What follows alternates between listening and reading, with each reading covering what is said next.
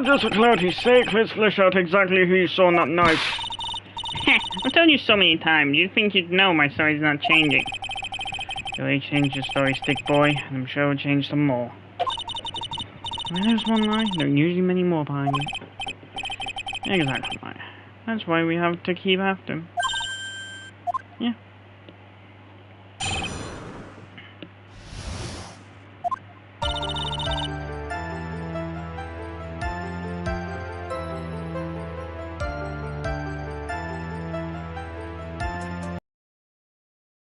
Regina, but that doesn't change the fact that I saw Max in the club that night. He showed up after I'd been waiting there for about 5 minutes. I said good evening to him, but he didn't even acknowledge my presence. I'm absolutely sure it's him. I saw Maximilian Galactica at the scene. There's no way I can mistake someone wearing those 3 ridiculous symbols. So that means that money didn't show up until after you saw Max? That's right, money ran out less than a minute after I saw Max. Money snapped the ring and he went chasing after him. How long was it until you came back to where you were waiting? Well, let's see, I'd say about... I suppose 5 minutes, I think. So the victim could have arrived on the scene in that 5-minute stretch. Mr. Wright, please proceed with your cross-examination.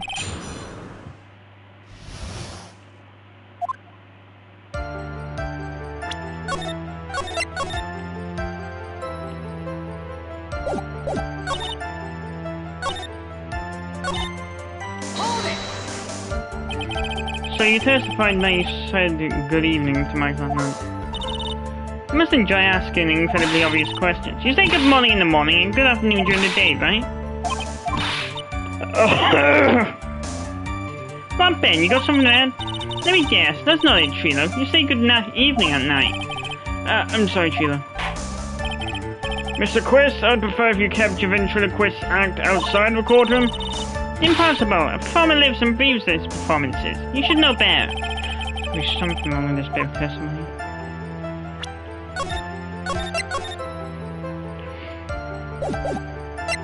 Trilo's evening greeting. Isn't that a bit strange to you? What do you mean? Well, if you hate Max so much, why would you bother being nice to him? It strikes me as somewhat strange. Why would it strike you as strange? Exactly. How is it strange to be cordial to one of your co-workers? Well, if it was simply just being cordial to a co-worker, I understand. Ow! That hurt! Maybe you should think of having some proof before your lips start flapping next time. Proof is everything in this world. You should have learned that. You should have learned that back in grade school. There's no reason that she would ever say something nice to Max, but how do I go about proving that without proving the evidence? Bluffing is everything in the world, but I'm sure you've already learned that one. I guess I can give it a shot. Witness from Seamer's testimony.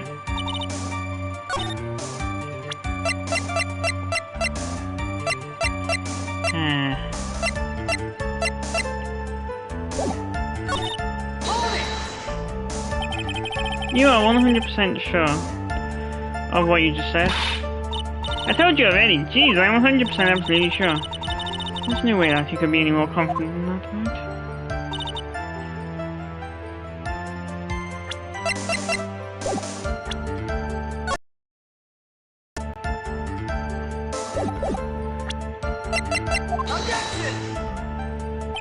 Damn it, hold on.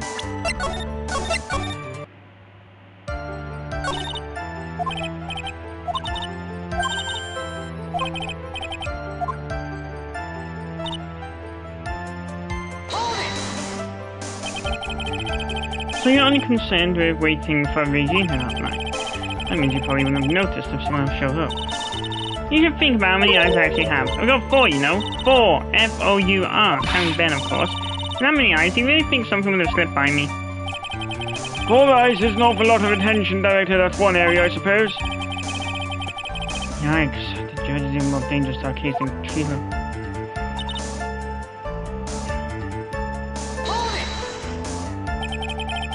So you saw Max coming out of the big top that night? Of course that's where I saw him coming from. I was staring at the entrance to the tent the entire time. Guess that makes sense, especially since I was waiting for Regina.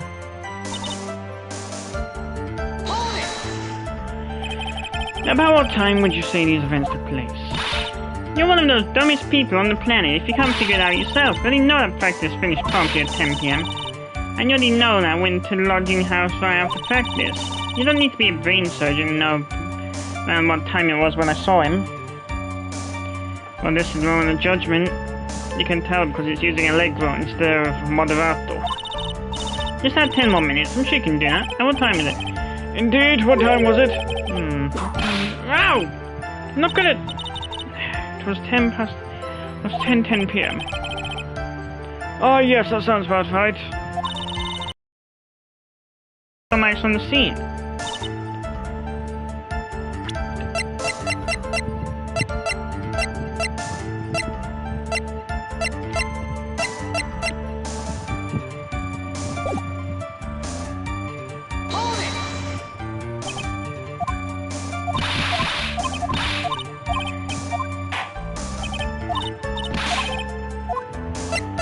Spends half of the comedy act. Ow!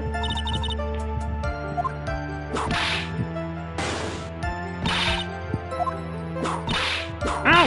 You should know better. Ow! Ow! Ow, that hurt. That should have set him straight. You may proceed with your testimony, witness.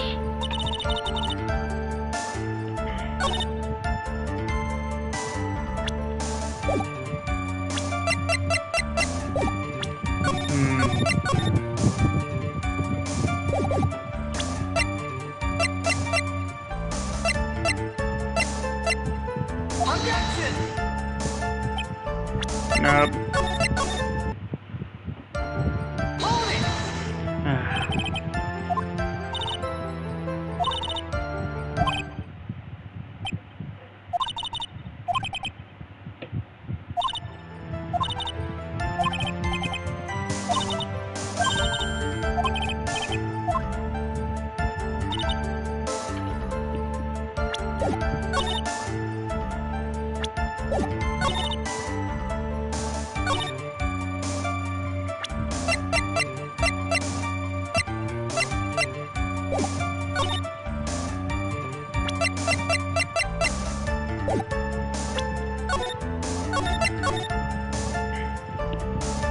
Okay. Glass bottle.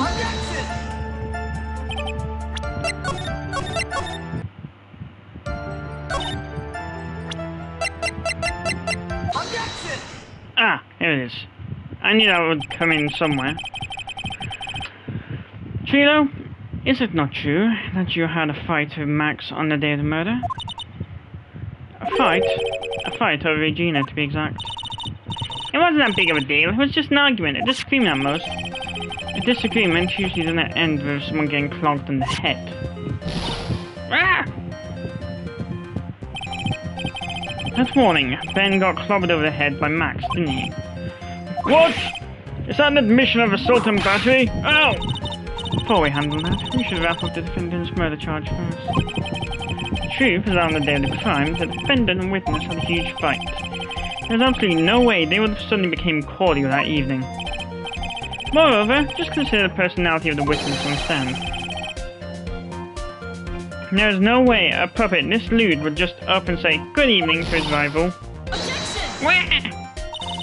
Are you saying this witness is lying? That he's trying to frame the defendant by claiming to have seen him at the crime scene? I didn't tell a single lie. Honestly, I just... That's enough from you, Mr. Quist. Mr. Wright. Yes, Your Honor? Let's clarify this testimony for the court. Could you explain...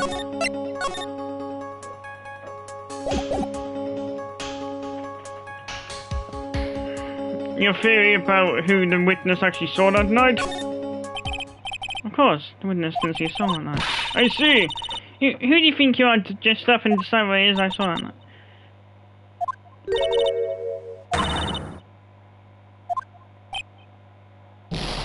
Nope.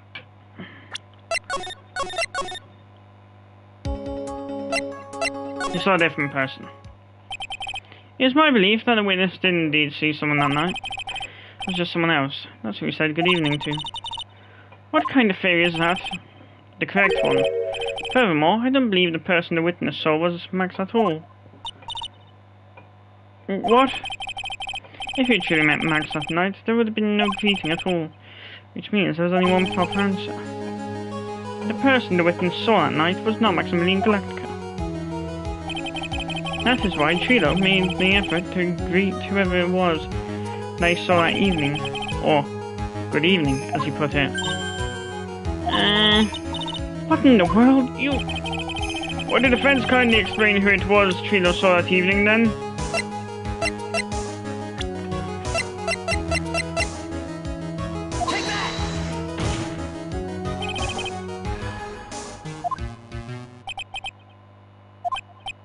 No, Your Honor, it was no Regina.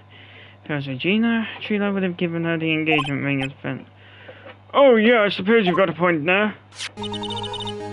It was Russell Berry, the victim himself, was it not? You're correct. It was indeed Russell Berry. The person you saw that evening was the victim, the ringmaster Russell Berry. That's why you greeted him, Trilo. Isn't that correct? Answer the question, Mr. Quist.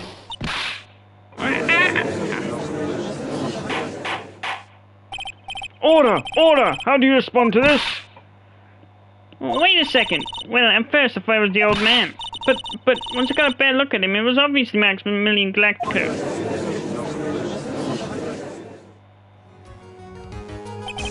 I think it's high time we cleared the air about this question.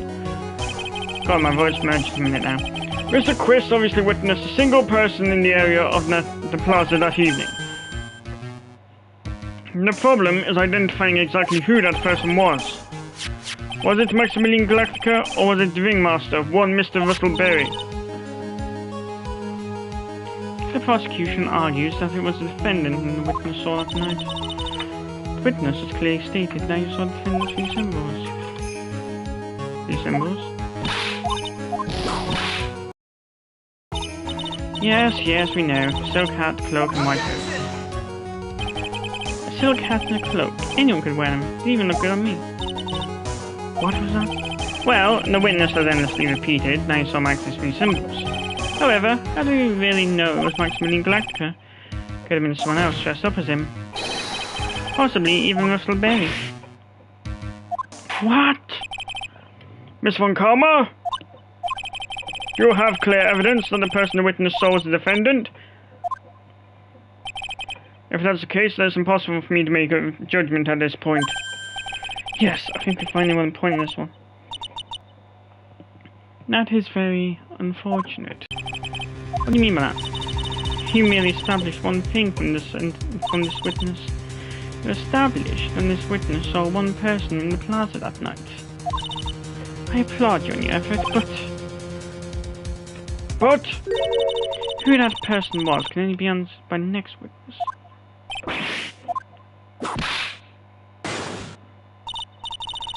Your Honor, the prosecution will provide beyond a shadow of a doubt an answer to that question and evidence that clearly establishes one thing.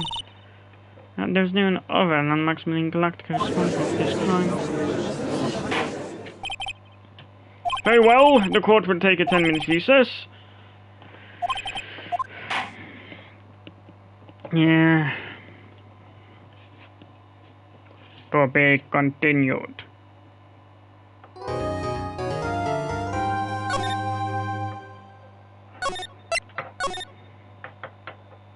Part 2 out of 2.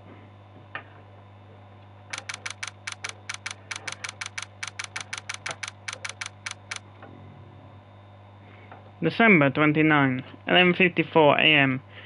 District Court, Defendant Lobby Number 5. Sweetie, you have to believe me, I didn't go anywhere near that crime scene. So then, where were you when the murder took place? We talked about it yesterday, remember? I was in the ringmaster's room. And while you were there, it was the ringmaster who left the room, right? Exactly, he told me to wait in the room because he would be right back. That's when the ringmaster headed to the scene of the crime, right? That's what it seems like. But the ringmaster must have been wearing Max's costume, right?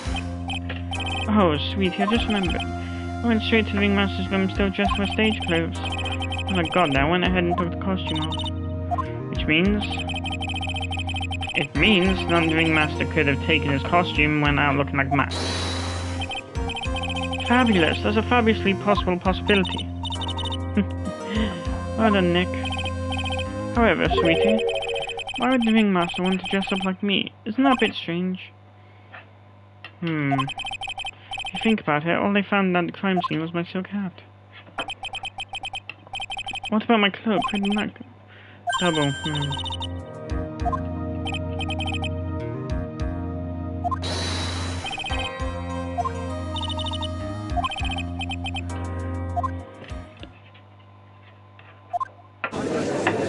Can hardly say it was any different for me. Once for a short time, I wanted to be a lawyer. But seeing the struggles are in court in this game, and the reason, makes me wonder if I hadn't ever had the temperament for it. Miss Von Karma, please prosecute the prosecution's case. Proceed with the prosecution's case. Very well, I will now call my next witness. A pitiful clown with the unfortunate distinction of him.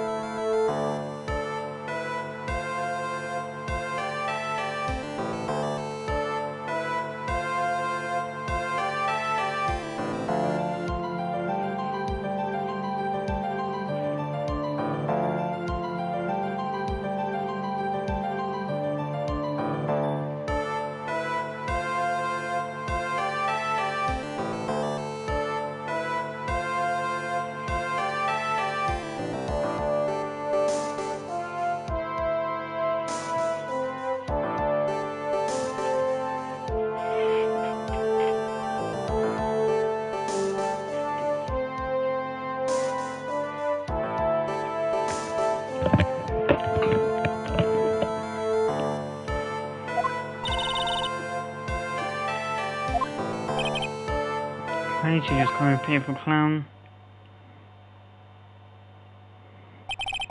The witness will state his name and occupation for the court record. It was called name and occupation.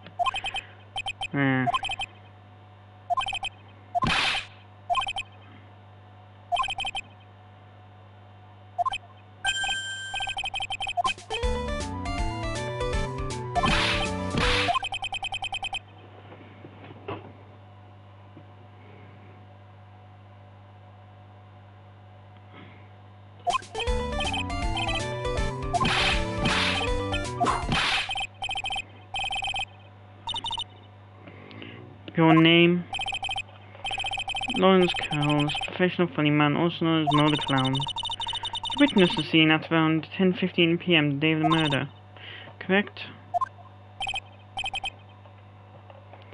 God, my voice for her sounds sounds very similar to the one that I give Edgeworth.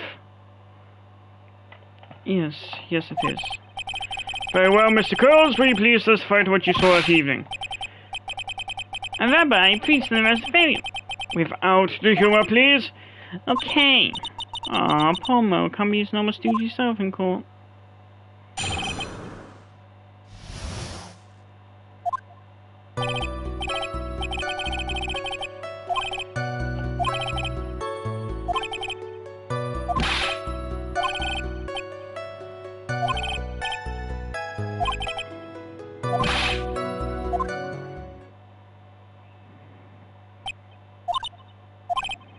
Aren't we the ones supposed to be asking the questions here?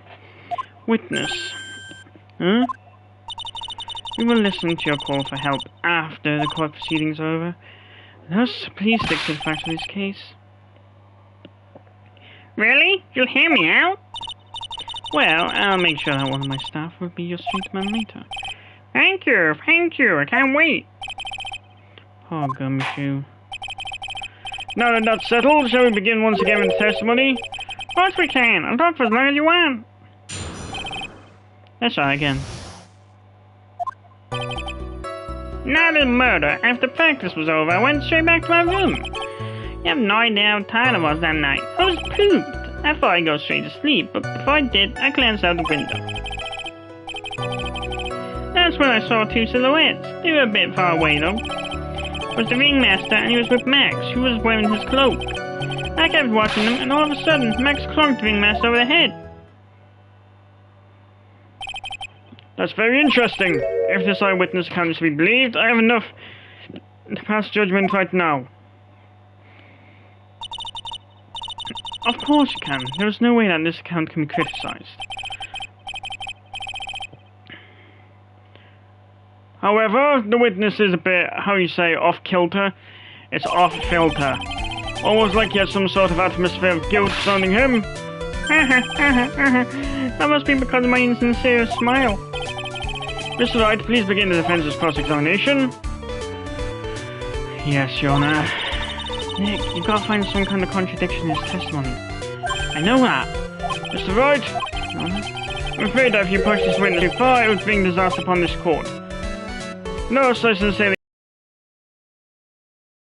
I understand, Your Honor.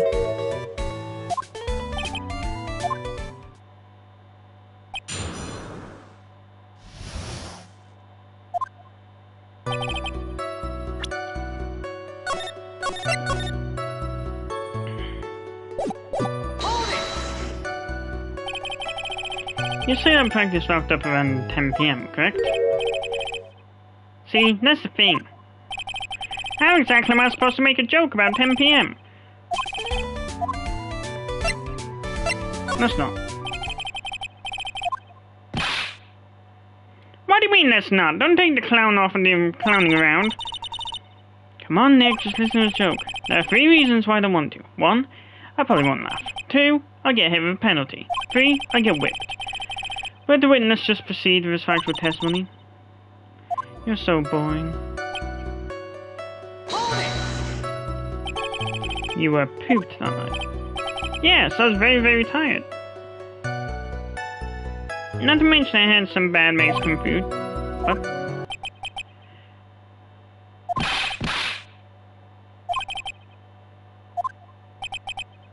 The joke was so hip, but the movie never reply. Fuck you, Judge.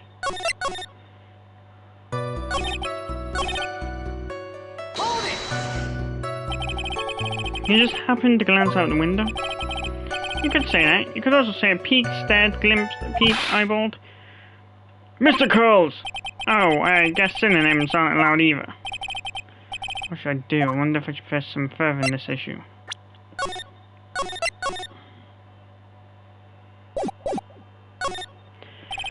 Exactly why did you look out your window that night? Why? Why? Clowns don't need a reason to look out a window, do they? That's not what I mean. I meant that, well, when we spoke yesterday. One time I talked myself in a bed, I heard this amazing noise. It was incredibly loud. Sounded like a giant thump.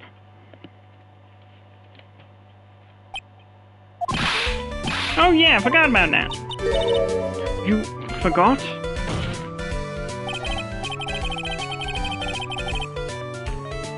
Your Honor, the witness looked out of his window upon hearing a loud sound. He did not simply glance out of his window that night. Oh yeah, that's right, I forgot to mention that bump, didn't I? Ow, ow, ow! That's not something you just forget to mention. Yeah, what she said. I believe it would be best if Mo were to revise his testimony. Very well, Mr. Curls, please revise your testimony. They should start turning the tables in our favor.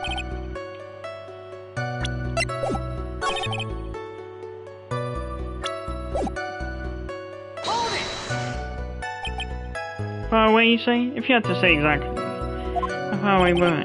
Let me think about that for a second. My room was here, and they looked about yay big. I'd say they were about 30 feet from my window. Just 30 feet? That's not far at all. It was snowing that night, and I cut down on my visibility. I see. Please continue with your testimony regarding the two shadows that you saw.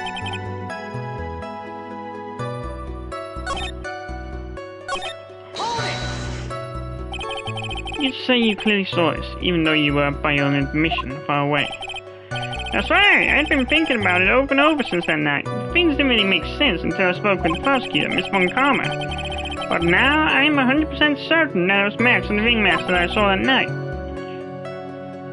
Just think about it, how could I be wrong if Max is always wearing his uppity symbols? Uppity symbols? Lawyers nowadays, do you even have to go to school anymore to be one? Alright, everyone knows what to do. See what I mean? It's always like this. This crowd never wants to go along with me. I must really be utterly and completely worthless as a clown. Yowza!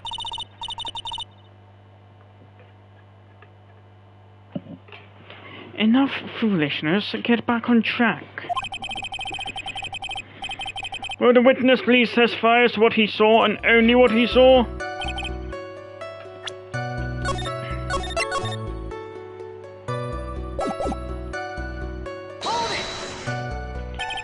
You say you saw the Ringmaster get clonked over the head. Yes, I did. It's climax my story. He really does enjoy the completely random nonsense.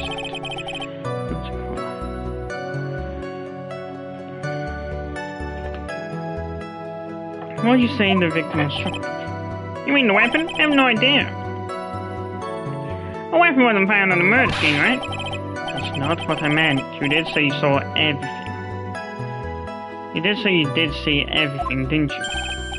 Well, yeah, I suppose I did. Wait, no I didn't. I didn't see a weapon. Mo, did you or did you not see the crime of murder committed that night? I'll not permit you to harass my witness in this manner. You better have an excellent reason for attacking this poor clown. Because if you don't, you know what is waiting for you? A nice penalty. Isn't this a bit melodramatic?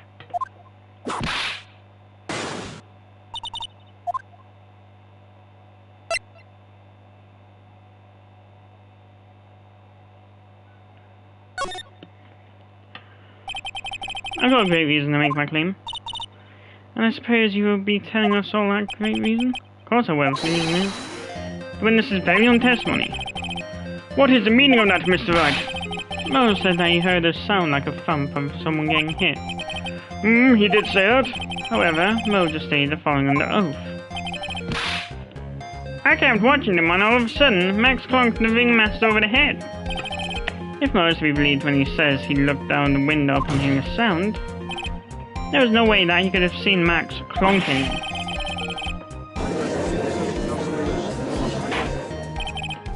Mr. Coles, how do you respond to Mr. Wright's assessment? I didn't commit. These clowns probably escaped. Mr. Coles, are you reciting the C-Team theme to anger this court? No, I'm just stalling for time while I jog my memory. Great job, Nick. These types of witnesses always seem to have a selective memory. You just have to peel back layers of the clown makeup to find the truth. No effect. Well, you're back from your jog. Well, it pretty much happened the way I said. Pretty much. When I looked out my window that night, the Ringmaster was already face down in the snow. The prosecution helped me fill in the gaps of my statement.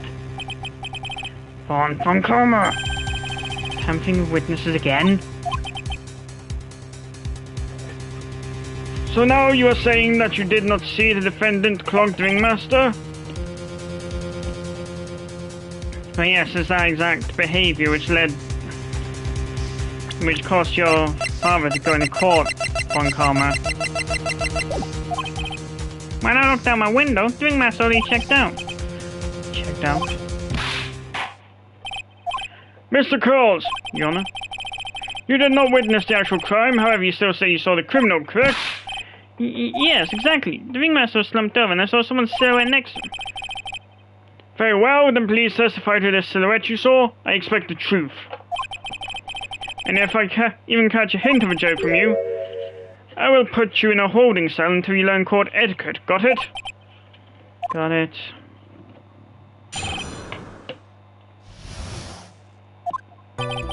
It was a bit far away, but that shadow could have only belonged to Max. There's no doubt in it, especially since I sized up these symbols. His steel cat, and that black cloak, they were all there. His face was silhouetted, but there was no doubt that it was him. His cloak was floating in the wind, so I couldn't really see what he was carrying. It does seem as if the defendant was at the scene of the crime. It took the clown long enough to get his facts straight. But whatever, this should finally be good enough for us. It is decisive testimony. Was Max really at the crime scene that night? He said he wasn't there. We have to believe in that.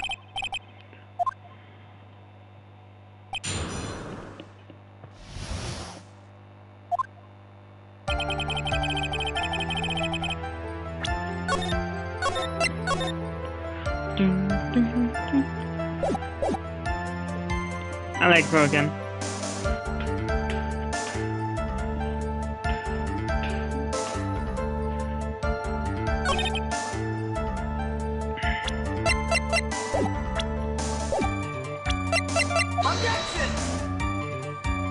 Didn't think it was.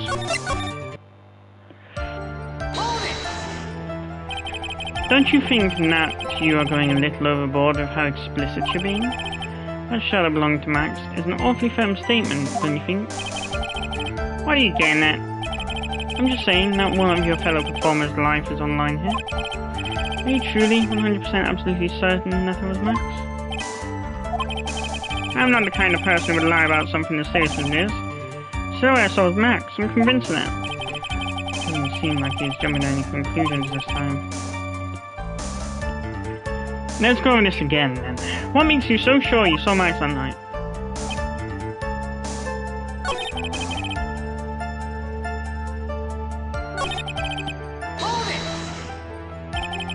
Philo said the same thing. If it was just the symbols, then even I could have been wearing them. What if someone had just taken Max's symbols and worn them? I thought that myself, but just looking at the shape of the face I saw, it must have been Max. You're sure of that? Such a silly little boy. He threw his entire case headlong into a trap.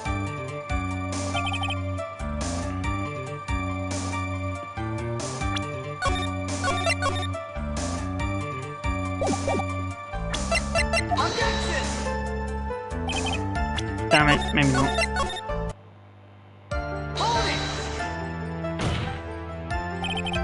You're sure that is what you saw that night? Exactly what I saw. It's exactly what I saw.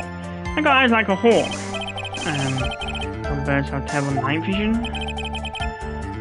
But that's not all I saw.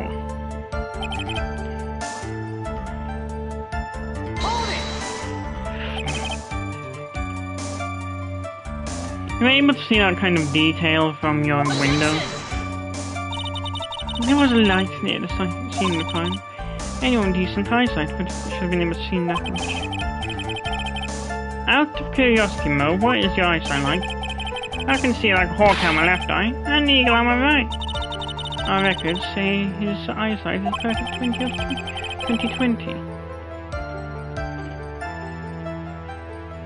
2020 vision's not that good. Must mean you could have seen crime scene clearly. The more we look into this matter, the more suspicious it becomes. Hey, you asked me what my eyesight was like. Know what it actually was.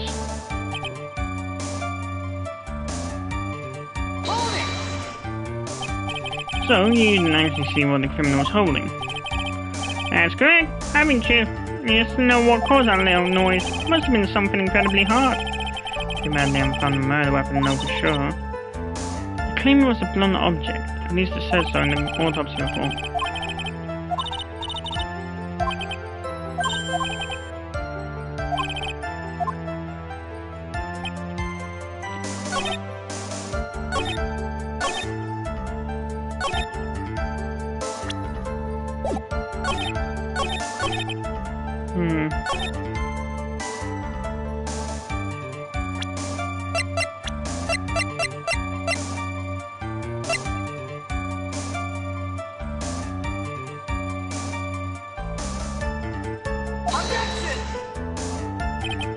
Nope.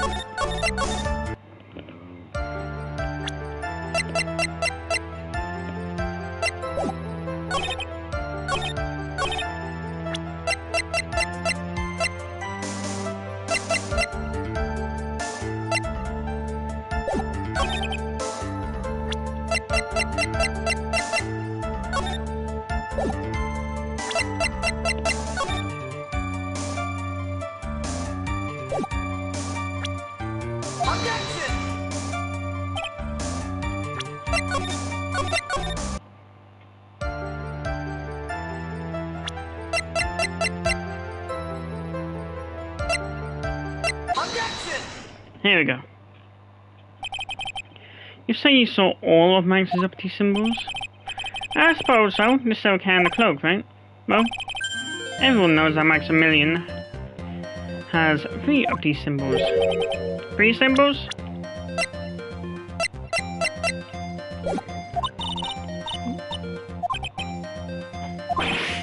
What now? Who cares if you knew that number 3 or not? You saw what you saw, and you saw the symbols. You just forgot to mention. Isn't that right? No. You like pie? I'll up. Silence, fool. You have to respond with the whole truth. No fractions. Order! Order! Mo, you didn't see the roses, did you? To be honest, there weren't any roses in the person I saw. The crime scene was dark. It's obvious it was too dark to see out the kind of detail. But the witness said he was able to see the silhouette of the criminal's face. Not to mention that the roses are white, there's no way he could miss it. And the roses must have fallen off when the defendant assaulted the victim. If that was the case, then the police have found them near the crime scene. Mr. Wright, are these white roses truly material to the facts of the case? Yes.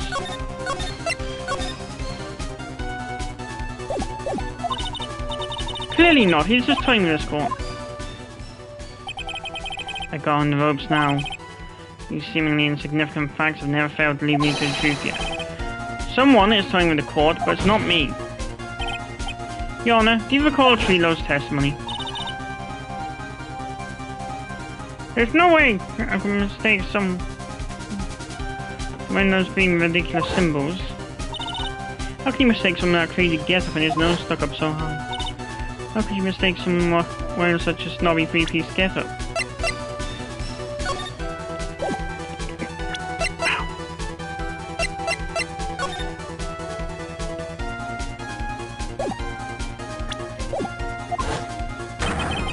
Trilo saw them all. Trilo saw all 3 of Max's symbols. However, this witness claims there were no white roses on the person he saw. There's absolutely no doubt that this is a contradiction. Now what am I supposed to think? One is supposed to disregard the pointless, but this...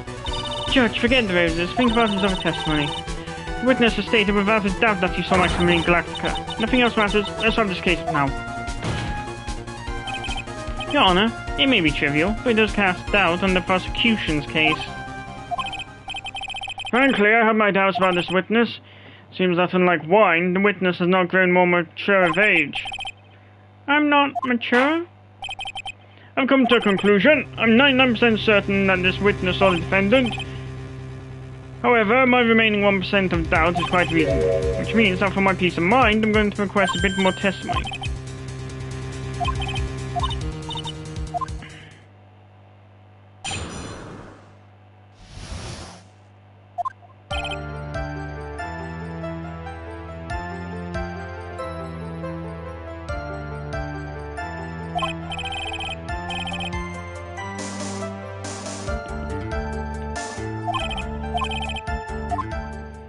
Back to Allegro.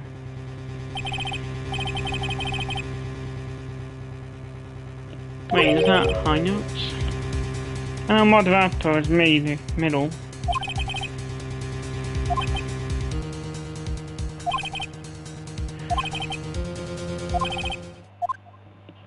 Oh, come on.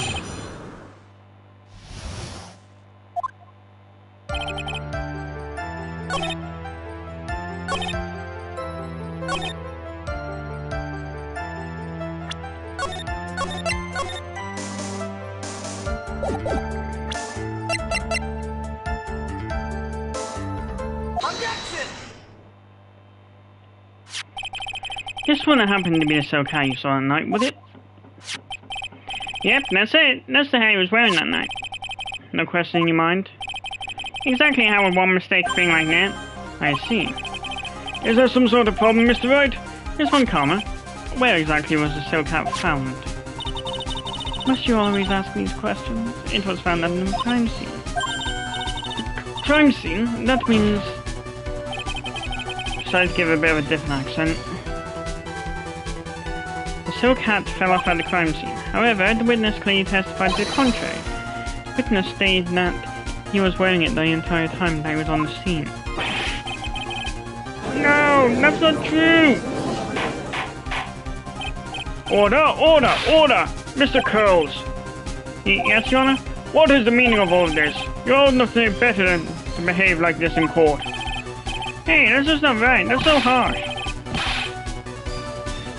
What's not right here is your eyesight and your memory, amongst other things. Oh, why are you being so mean to me? What did I do? Let me guess, you just didn't like my jokes or something, right? You don't have to go and insult my eyesight and my memory. They're both great. Seriously, why? Just because you were sitting above me doesn't...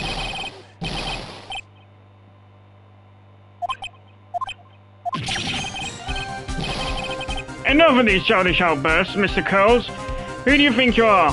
Have the ultimate penalty. You're going straight to jail. I saw him. I swear I saw him. It was Max. Even if he didn't have his roses, he was still wearing his dumb silk hat. I'm telling the truth. He's turning into a very little kid. It's pitiful, isn't it? You left the scene wearing that dumb silk hat. He was that. Yeah, left the scene.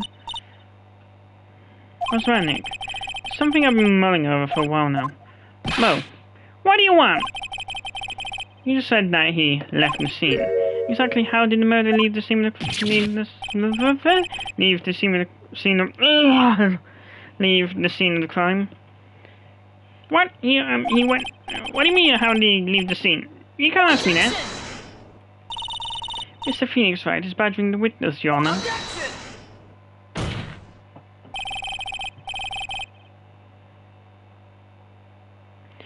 This witness's testimony is so full of holes, Miss Von Karma's protest is useless. You got a point. You got a point. Let's hear what the witness has to say on this matter. That's all right with you, little guy. Don't talk to me like I'm a little baby. Besides, what kind of stupid question is how did he leave the crime scene? The answer is obvious. He just turned around and walked away. That's what I expected you to say. You sure that's how it happened? Say what? I'm not sure I know exactly where you're going with this. Lawyers nowadays sure do love to hop on the smallest things.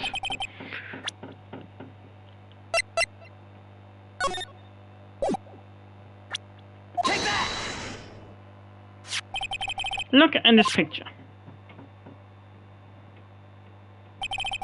The problem is the footprints in the snow.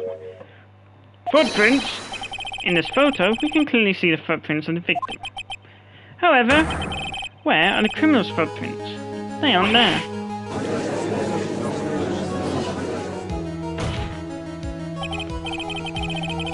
So, Mo, exactly how did the criminal escape the scene?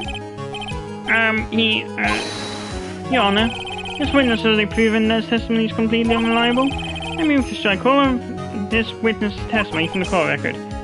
I agree. This clown's testimony is as rickety as the clown car he came to court in. Wait just a second!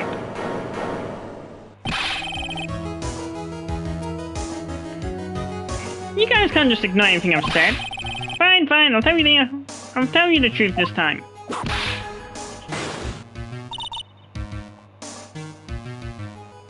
You wait a second. I think you've said more than enough for today.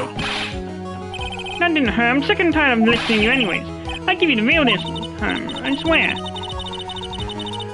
I don't know why, but I get the feeling things are gonna get worse before they get better. Mr. Lawrence Curls, the testimony you provided up until now has been false. It hasn't been false, I haven't lied, It's just what? It's just I was a bit confused on the bit about the criminal leaving the scene. Especially since Von Karma and a whip told me not to talk about what I really saw.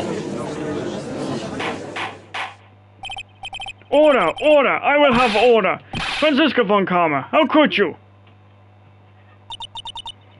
Your Honor, if you had heard the truth from this witness, you would have exactly the same opinion as I have.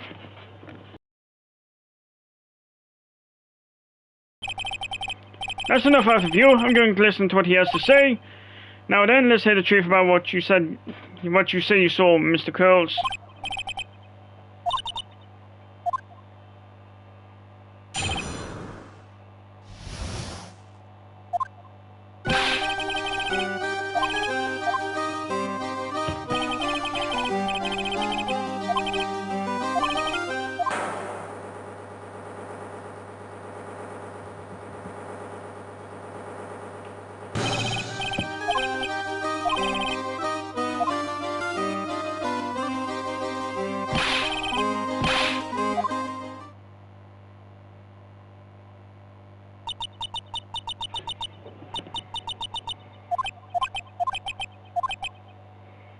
Well, that was, how do you put this into words?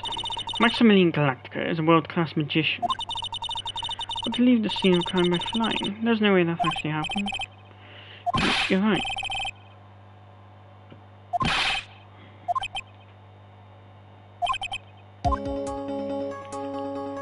This is all a dream, right?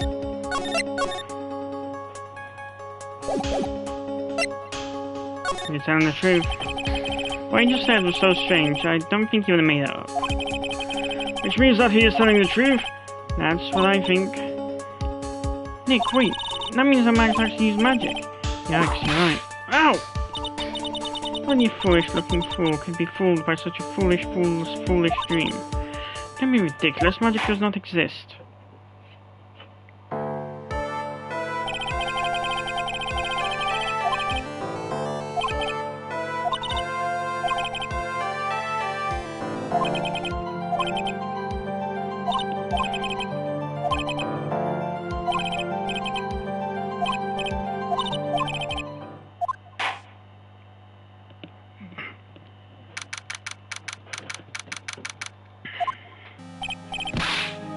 Hey, sweeties, what in the world's going on?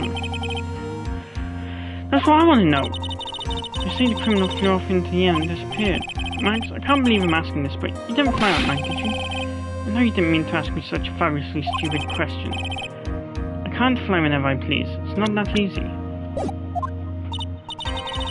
But it looks so effortless, you on the stage. It's not that simple. I'm not actually flying on stage. I use invisible wires and have them hoist me through the air. Wow, you just told me the secret to your magic. No, I broke the first rule. The cardinal rule. The only rule.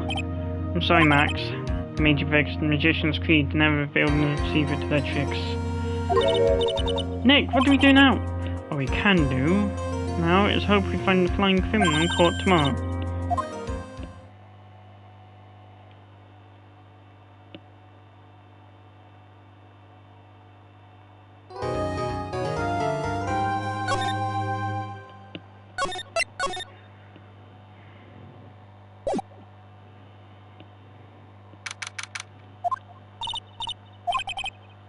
Nick? What is it? I've got a confession to make. I'm terrible at figuring out magic tricks. Magic tricks? Yep, magic tricks are, by their very definition, tricks, right? I can never figure out the tricks when I see them. That's because the tricks are performed by pros. They do it so you can't guess the trick. But the trick Pearly showed me was incredible. Pearl's the magic trick? What kind of trick was it? First she put her right thumb next to her left hand and then it just separated. She could move up and down and everything. It was incredible. Really? Was it kind of like this? What? Ow! Wow, how'd you do that? Nick, you're like a real magician. See, this is why I just can't figure out magic. I'm not good at it. Especially hard tricks like flying away from the scene of murder. You'll take all the fun out of magic if you keep trying to figure it out.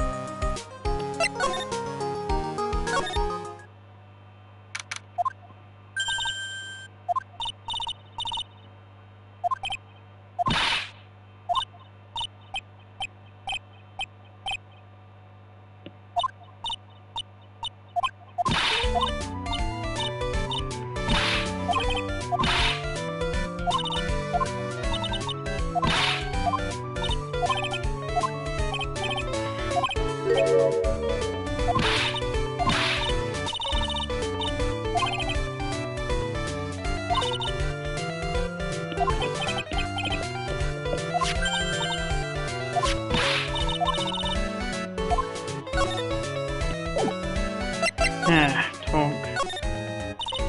I know that you already testified in court today. You want to talk about what we saw, right? Yes.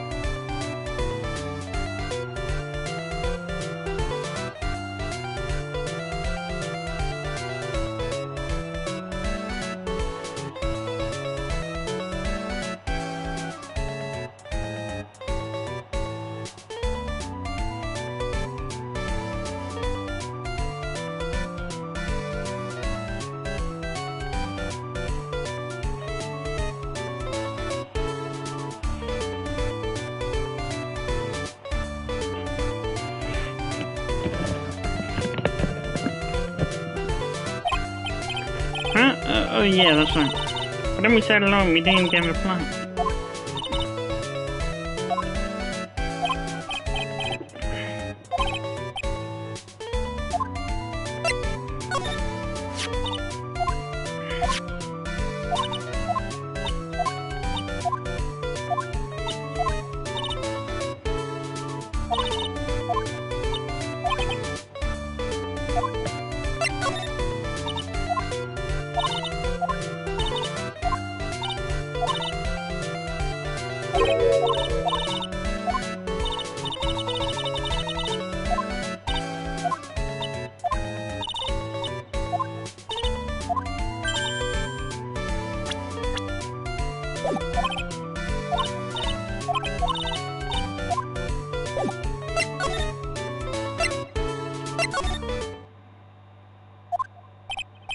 Oh, it's you two.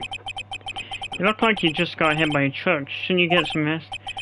I'm taking a rest right now, pal. Been listening to some crazy clown's life story. Miss Montgomery told me to come down and do this for her. Yeah, I figured as much. Let me tell you something, pal. Listening to that old clown sucks all your energy. Every time he's done talking, he looks at you like you should be doing something.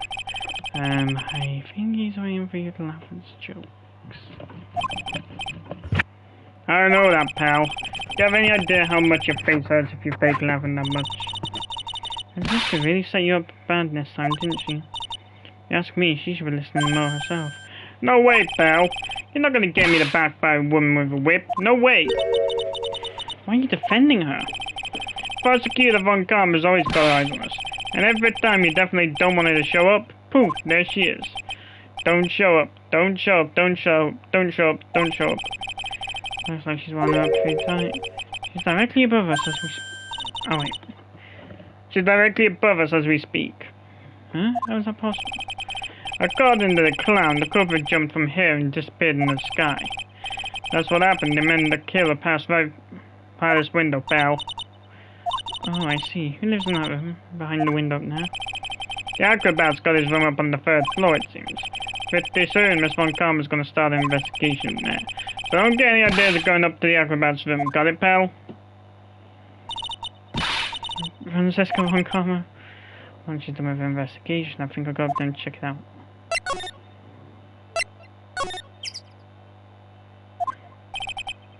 Mo's not here.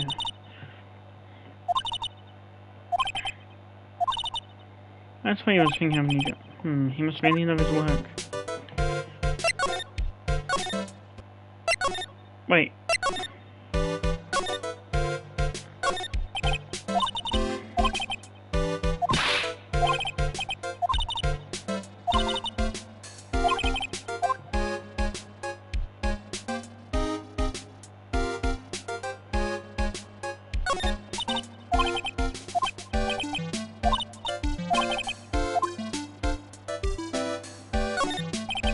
Look at the ceiling. Looks like someone punched a hole in it. You're right, I wonder what happened. I can't imagine what goes on.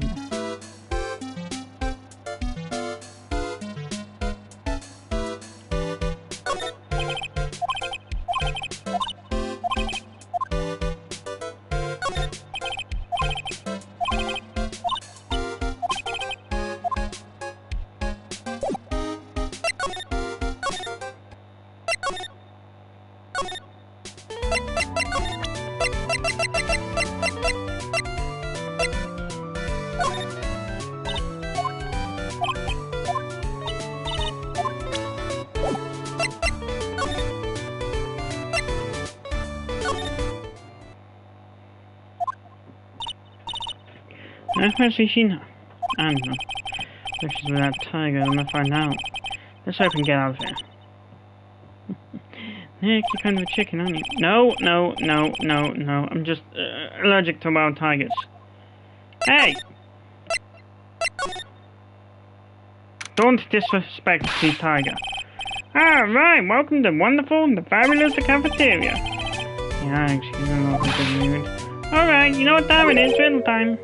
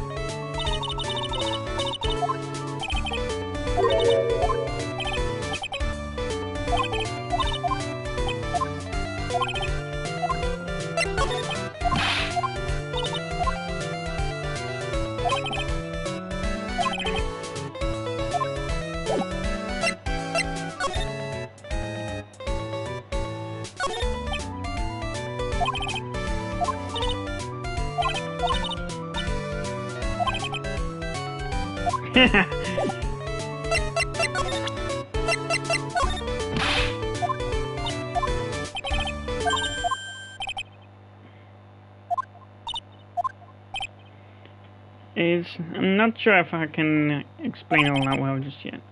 Does anything is impossible? Mo flashes a glimpse of maturity. Talk.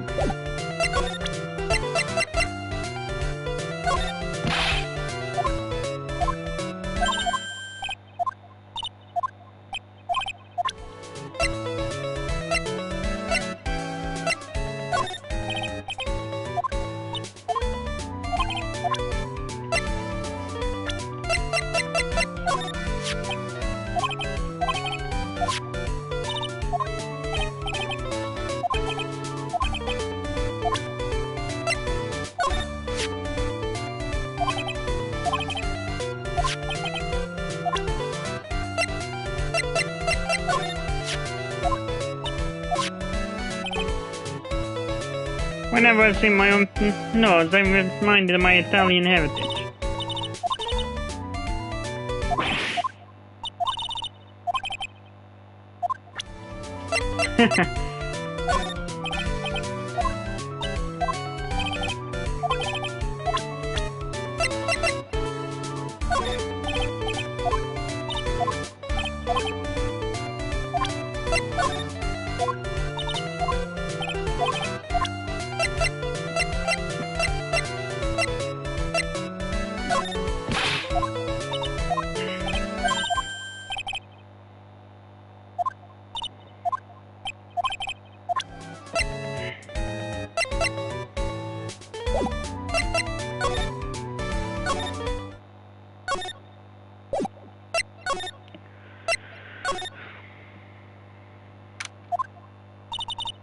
Max and the Ringmaster had a talk in this room. That could have been what, no. That could have been when the Ringmaster put on Max's costume and went outside. Why do you do that anyway? Was it really that cold or something?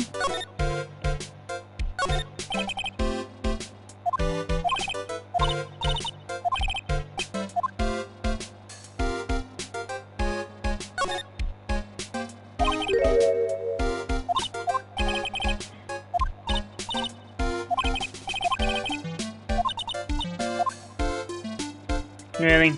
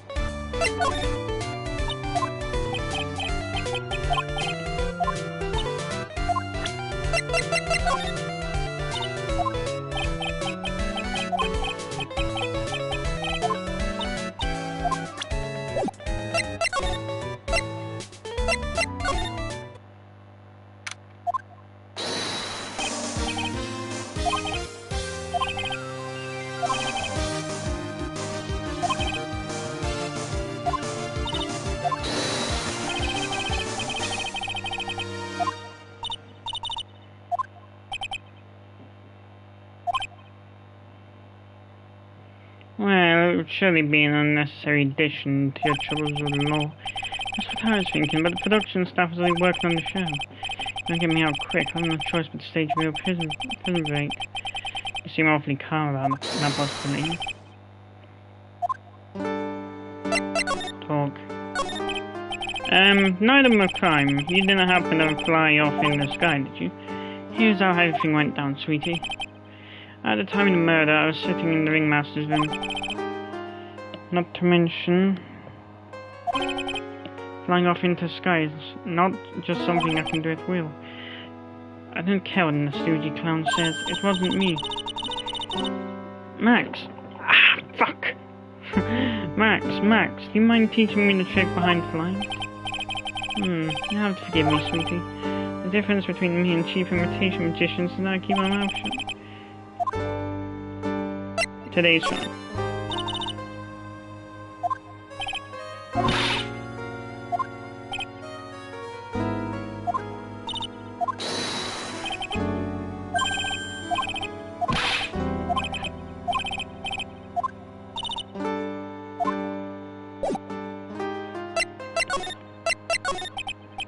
Oh my sweeties want to hear all about the Grand Prix, do they? To be honest now, I've told this story like 100 times already, so it's a bit boring.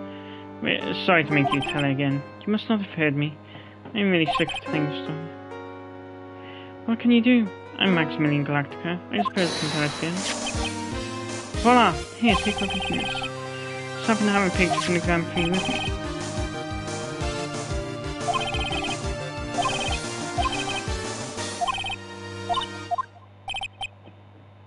By the way, I think everyone who is a performer should get to experience that feeling.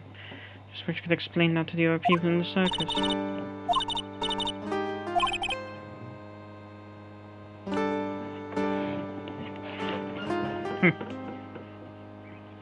I still remember this trophy. Even though this has been...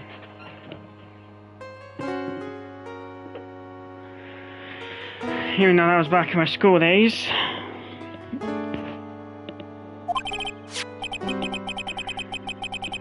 And the medal back there. My sweeties, you can have a picture of my triumph. Just make sure you show it to all the other members of the circus.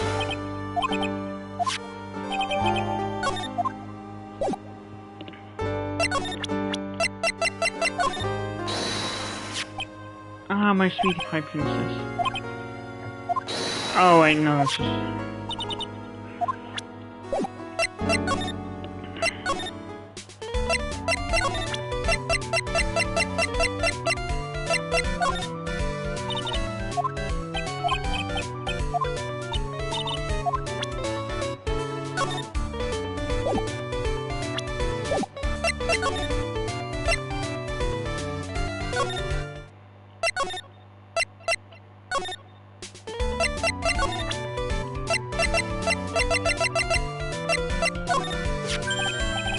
not this picture. Not this picture. Surely you guys too. Oh, you've seen this one. Wow, you know what they say about Maximilian Galactica. He really gets around. Oh yeah, he didn't just show me the picture. What do you mean? He showed me his bust too. Let me tell you, that thing is enormous. In the picture, I think. He'd make us worship it every day, made us bow to his greatness. He's got a big bust. I don't mind hearing more about.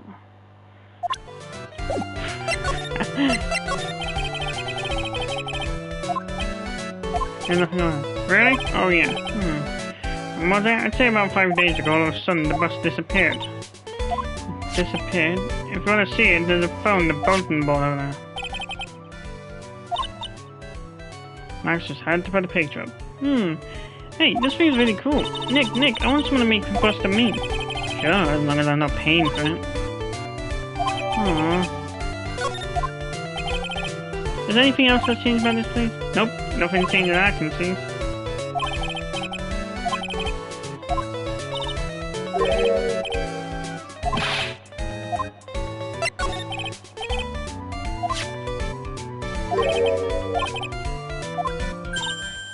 Yikes.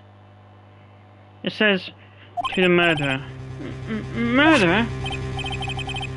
Yep, that's what it says, but the rest of it has been ripped off. And I don't know who posted it. When did you find this? The morning before the murder. Before the murder? Yeah, the ringmaster was killed the night after this paper was discovered. Who in the world posted this thing?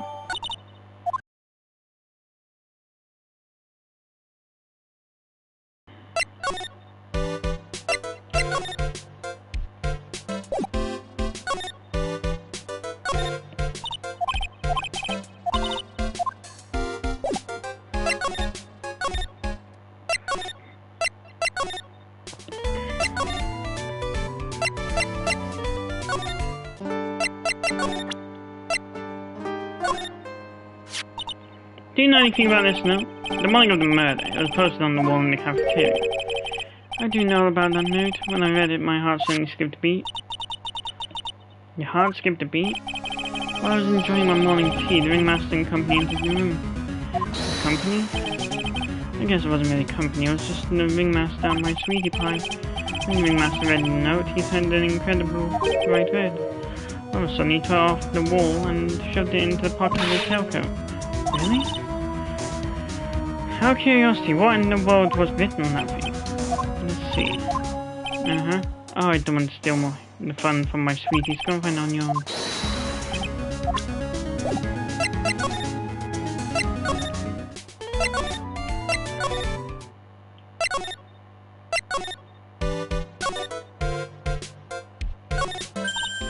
Hey, do you see it?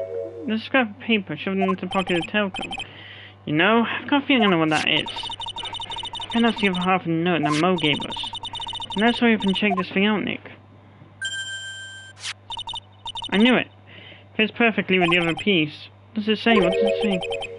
To the murderer. I have conclusive evidence of what took place.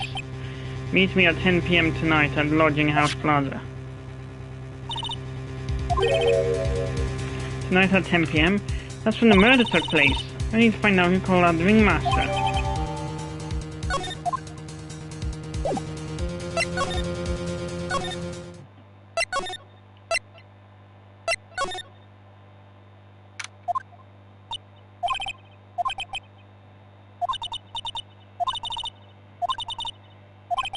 I need a new partner. Bad.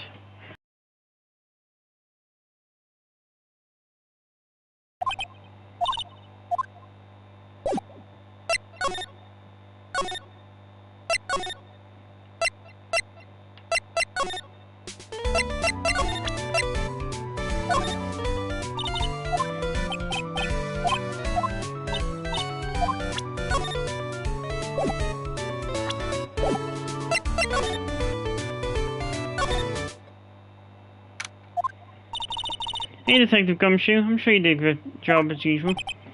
Well, I am done with the investigation in the Acrobat, finally. But Miss Von Karma...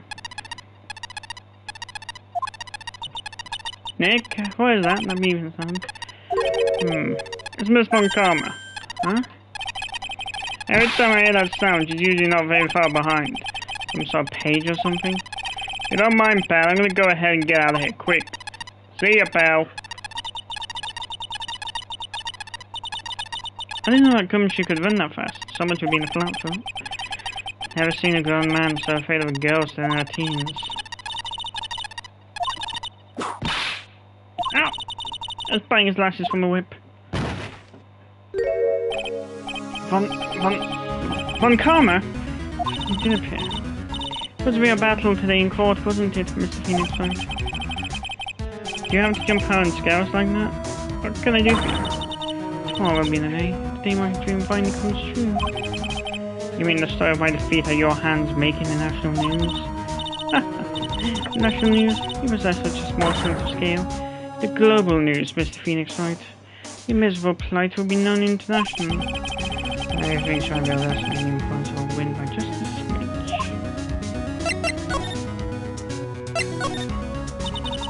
Why do you keep giving Nick the evil eye? Doesn't matter if you prove defending Joey tomorrow. Nothing will be able to bring your dad back. My dad? You must mean the esteemed Manfred von Karma. Of course, your dad. I know you miss him. Enough out of you. One more word and you'll get a mouthful of whip. Now, when did I ever bring up my papa's name in this or any other conversation? Then what's this revenge thing you're talking about? You won't understand, Mr. Phoenix Wright.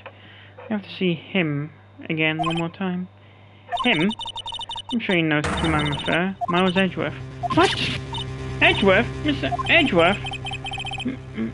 Miles... Edgeworth? Miles Edgeworth. Why would you even bring him up? You haven't forgotten, have you?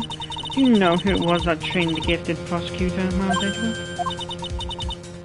Manfred von Karma.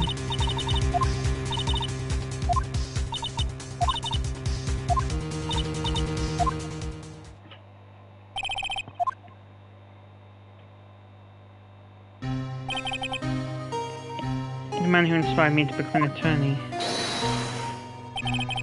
I fought against him in a few cases. One little after that case was over, he vanished. It's your fault he's gone. Huh? It's the truth, isn't it, Mr. Phoenix Wright? Nick, what does she mean? Edgeworth was never quite the same after that case, and then in the case after that one, he never set foot in a court again. And then one day he just vanished. All he left was a simple note at the prosecutor's office. Prosecutor Miles Edgeworth chooses death. That was 1 year ago. It was a few months after you left to go back home. Mr. Edgeworth is dead? I didn't believe it. He's still alive, I'm sure of it. Somewhere in this world he's still alive. Prosecutor Miles Edgeworth chooses death? Of course he did. You ruined his reputation as a prosecutor. You effectively killed the prosecutor in him. Just like your victory muddled the honorable name Von Karma. I'm going to find him, and then I'm going to teach him his rightful place within your hands.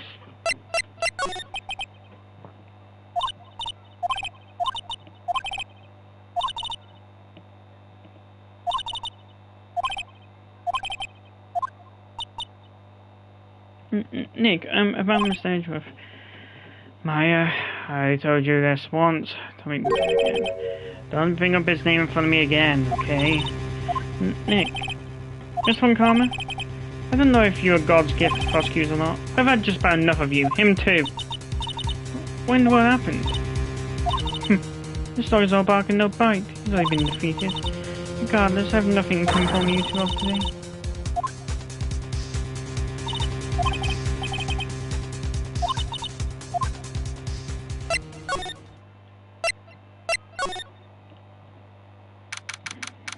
December 29, lodging house, 3rd floor, Acro's room. You must be Phoenix Wright. Yes, pleased to meet you. I'm Ken Dingley. But here at the circus, everyone just calls me Acro. Mr. Acro? How do you know my name? The detective told me. He said you'd definitely show up here. Akko, you're a member of the circus as well? That's right. I mainly performed on the tightrope or the flying trapeze. But nowadays, all I perform in is my wheelchair.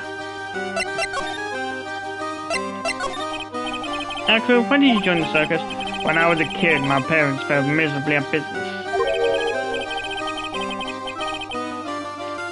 And one night, they decided to run away from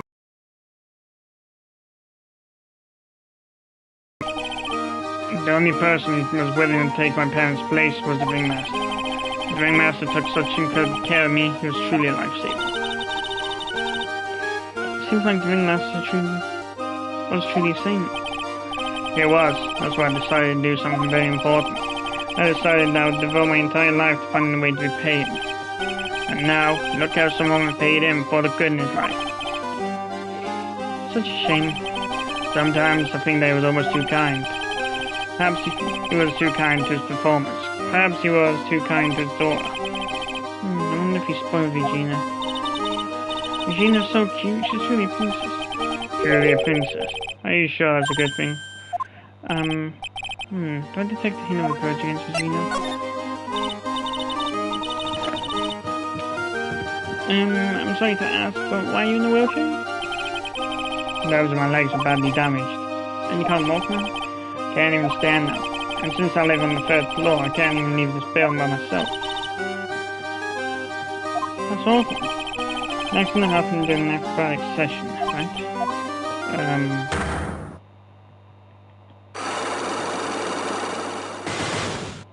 Think you hit the nail on the head now. Cyclops. Doesn't seem like Akko's injuries were acrobatic in nature. What's on your mind, Mr. Wright? Well, exactly when were you injured? It's been almost 6 months since I was hurt. I injured my legs to infectus.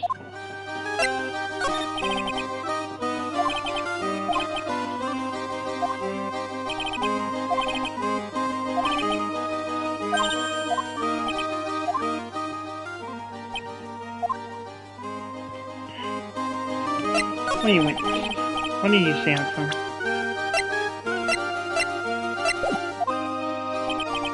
That night, I was in bed sleeping and I heard a huge sound coming from below my window. I see. The scene of the crime was right below your window. That's when I looked out the window. What did you see?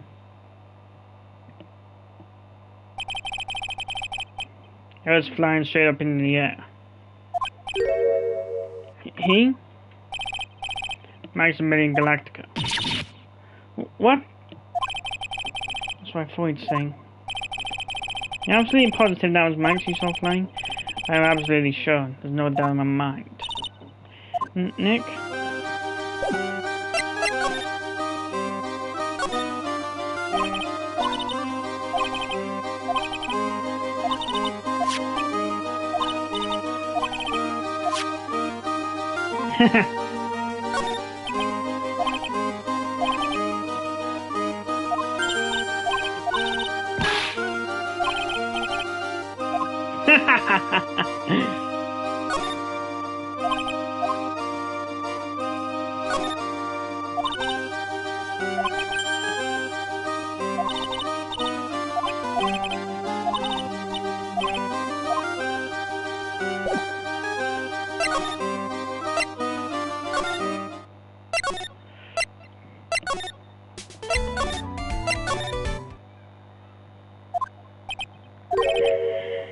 I got a bad feeling about this. Yeah, Nick! Wonderful. Today's special must be Philadelphia.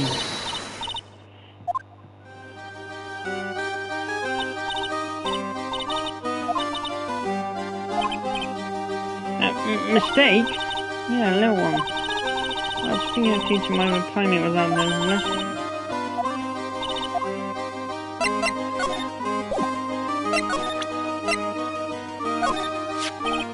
Regina, have you ever seen this before? I know what this is. Really? Well, it was in my pocket for a while. It was in your pocket? This piece of paper was in your pocket? I guess I noticed it was in there around breakfast time. Breakfast time? Yeah, I always take out for his breakfast in the morning. That's why I also take out the trash in his room. I go to the cafeteria and eat my own breakfast. That's when you realise the piece of paper's in your pocket. Yep, but since I'm not a murderer, I just figured it belonged in someone else's pocket. And then what? I wondered if the person who lost it was in trouble, so... You didn't put it on the bulletin board in the cafeteria, did you? I did. Let's look it up now. How do you know? So it's Regina who put it up now. When did this happen? Morning of the murder, I think? That explains a lot.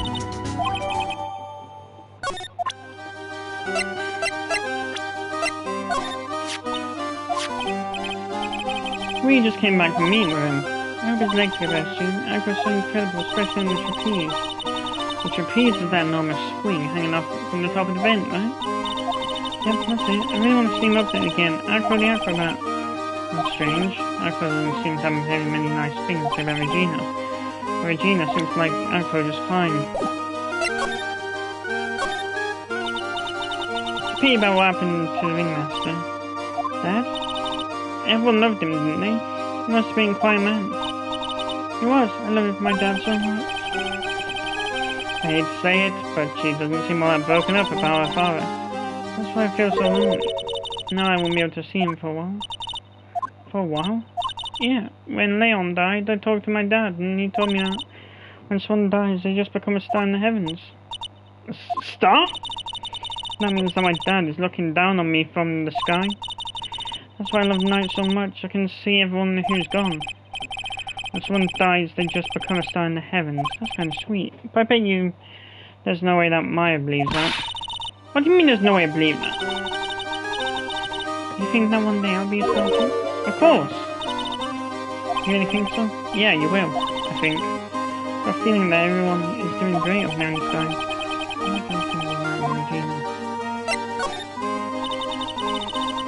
Let's go back and clear something up. Why did you want to teach Money a lesson? What does it mean? He's got something that means a lot to me. Something that means a lot to you? It must be something shiny, right? Actually, it's a stage costume. Got lots of spangles. It's really beautiful. You should see it. You should. When the costume gets hit by the spotlight, it dazzles.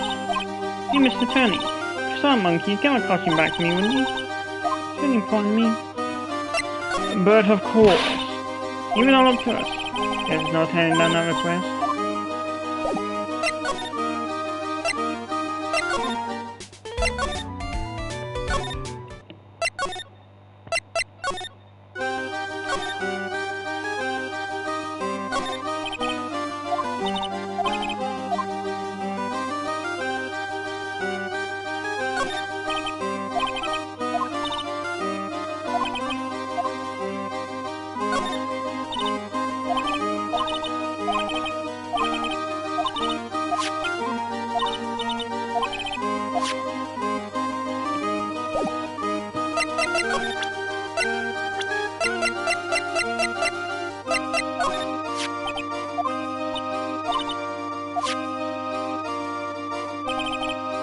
It seems Alma's not the only thing she trains.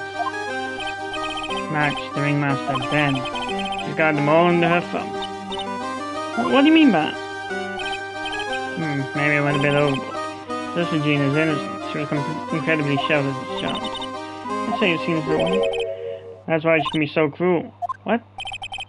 Regina is just like the animal she claims to tame. She's innocent, though she can be cruel. What happened between Aqua and Regina?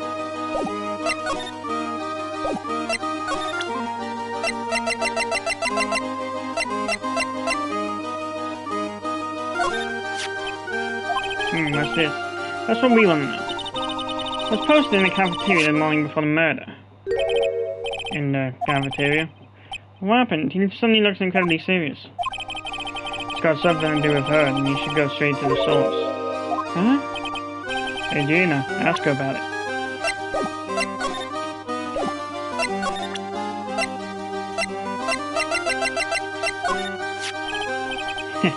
Money's a great friend of mine.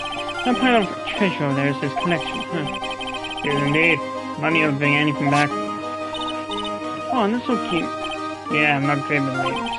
But I seem to be pretty popular with the animals.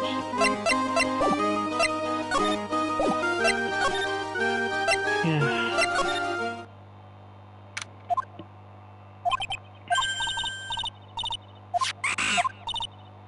Nick, it's money! That monkey's holding something. That's it, that's the thing that means a lot to Regina, remember? Alright, time to take on this monkey, attorney style. Give it back, monkey brain. That means a lot to Regina.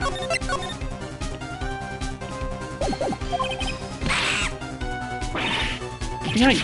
Ah! I tried to have a man-to-man talk with him, I really did. You know, man-to-man isn't really accurate, it was more like man-to-monkey. Nick, you... I swiped it while Money was distracted.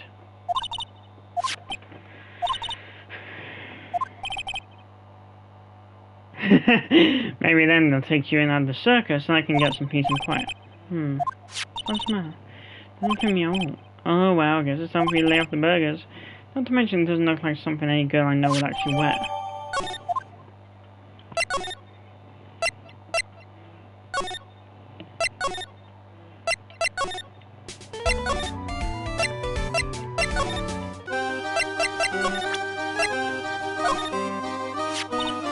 Here you go, Regina. Yay, thank you, you can got it back to me. Don't mention it. I love you, Mr. It's, nothing. I'm the guy who's mounted mush in front of this film. Hey, Regina, that costume is yours, right? I tried it on, but it didn't fit me. Huh? This costume? This isn't mine. It was Leon's. Leon's? You know, the line she told us about? I'm back there, Leo's just staring at me. Oh, the one that someone killed. Leon, he was killed, wasn't he? That's right, my dad killed him. Why? Well, Leon did something really bad during practice. During practice? Leon was sitting down and then he opened his mouth, you know. Usually when he did that, I would put my head into his mouth. Wait, you put your head into Lion's mouth? I sure did. The people in the crowd always loved seeing me do that. They'd always start screaming. I'm sure they were screaming because they loved seeing me do that. Anyways, what was the bad thing? Oh yeah, Leon bit someone during that practice. Regina, everything was alright though, right? No, it wasn't alright. That was the problem. My dad was incredibly angry. And that's when Leon... Yeah, that's when he became a one-star in the sky. Poor thing. Leon added to the court record.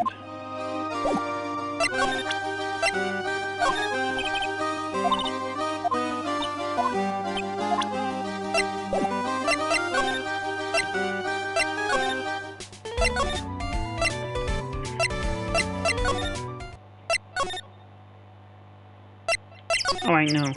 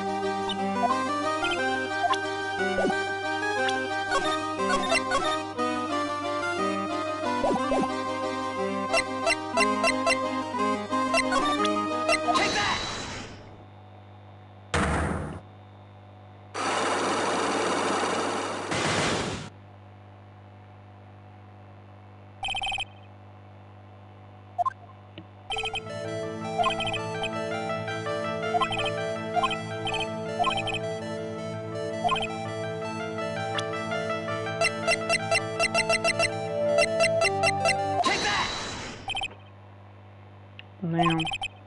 6 months ago, you were attacked by a lion. That's when you were injured.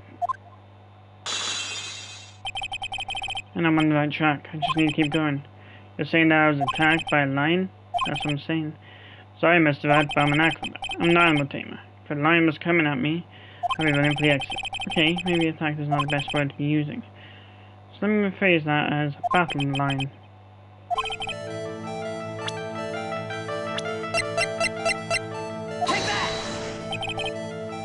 Nope.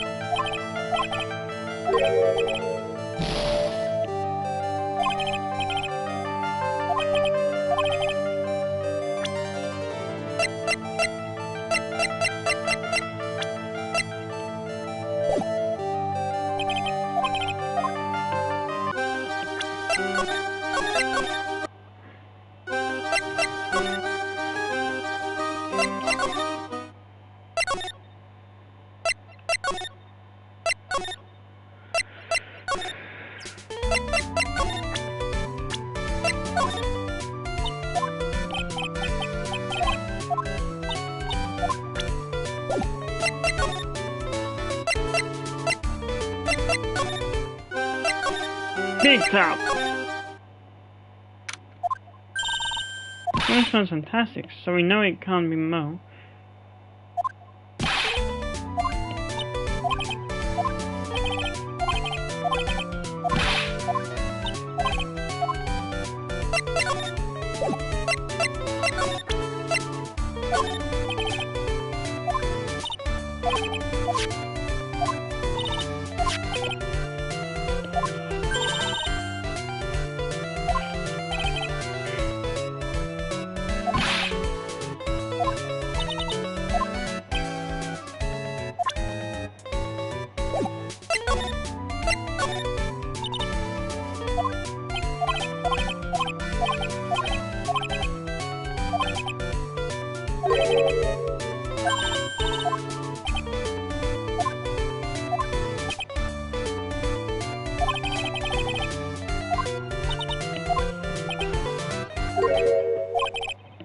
Tragedy, you know. What is he talking about?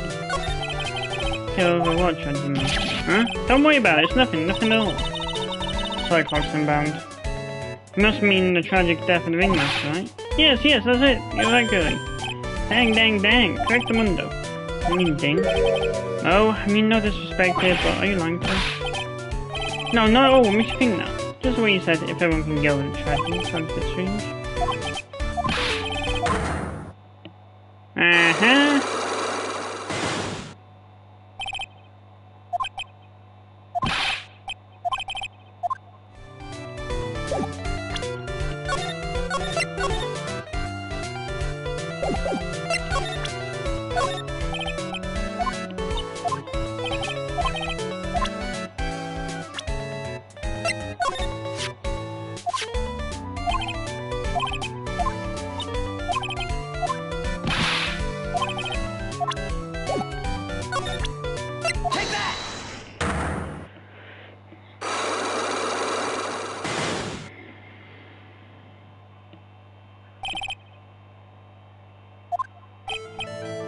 Mo, please tell us what happened 6 months ago. One world went on this surface. Okay, there's no need to look for the saving aspect.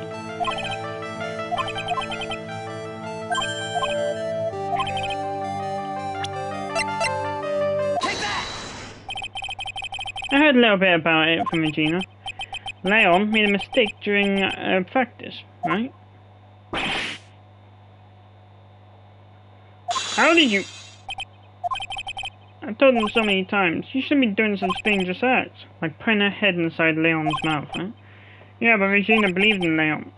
She believed so strongly that the Ringmaster went along. He could never say no to her. Out of curiosity, he was bitten. Come on, Mo. Don't climb up on me now. Who did Leon bite in the head?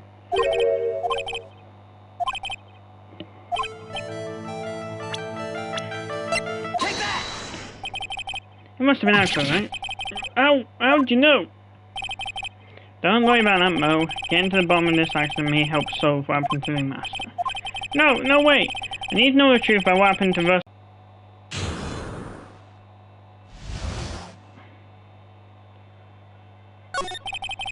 It's just like you said, you know, the accident. Did someone die? No, but it would have probably been bad if he had. What? How would it not have been bad? Still alive, but when he got big, he suffered massive brain damage. He never recovered from the coma and anything. Coma? All he does now is lie in his bed at the hospital, and that's all he's ever going to be able to do. I see. How did you relate to Akro? He's his brother, huh? The person who got bit was Akro's brother. Brother?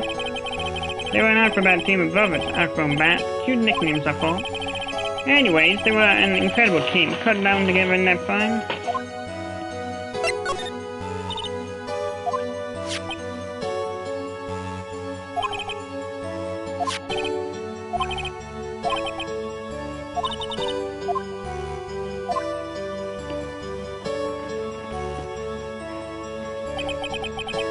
I'll never forget that moment.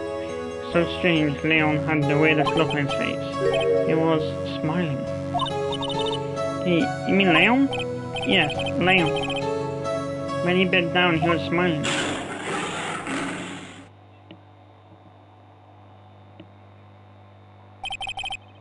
Some sick grin. No, wait, that's impossible. A smirking lion, flying murderer. Why does it seem like it's always Mo who catches all these incredible events? Nick, can lions smile?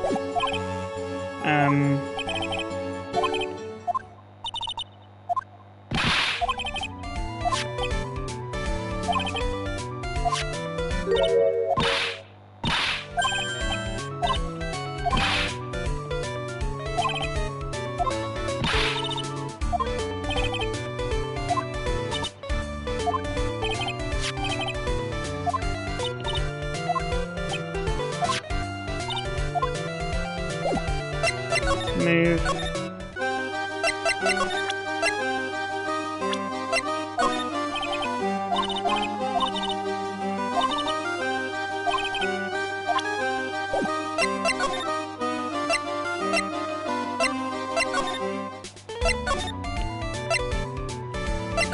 Okay, let's try again, shall we? Save. Move.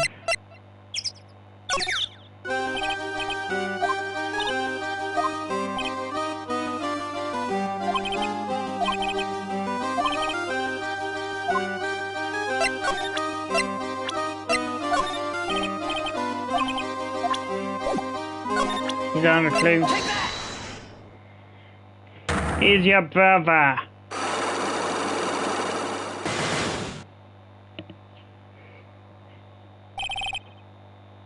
Man in the wheelchair.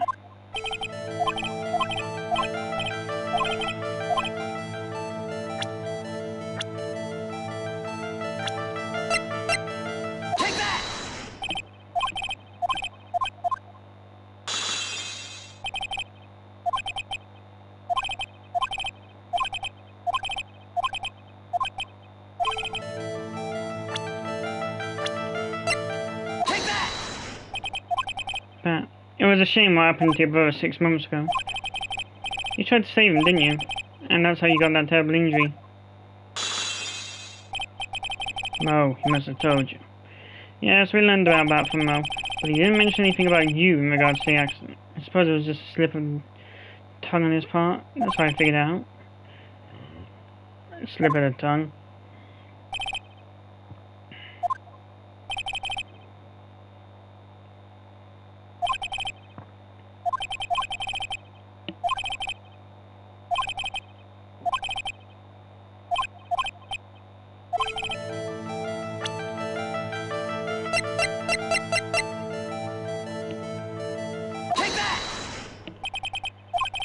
Regina.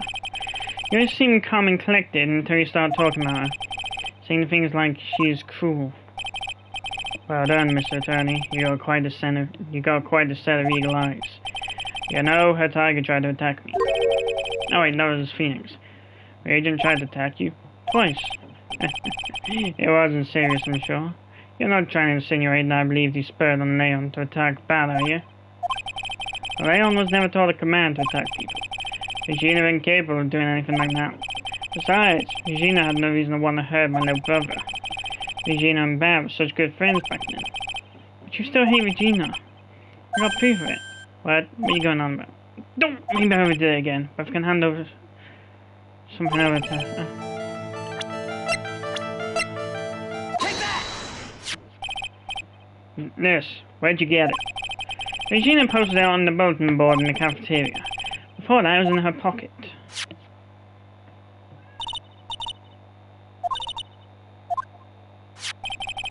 You wrote this and then you put it in her pocket. That's right, isn't it? That's right. Well done, Mr. Right.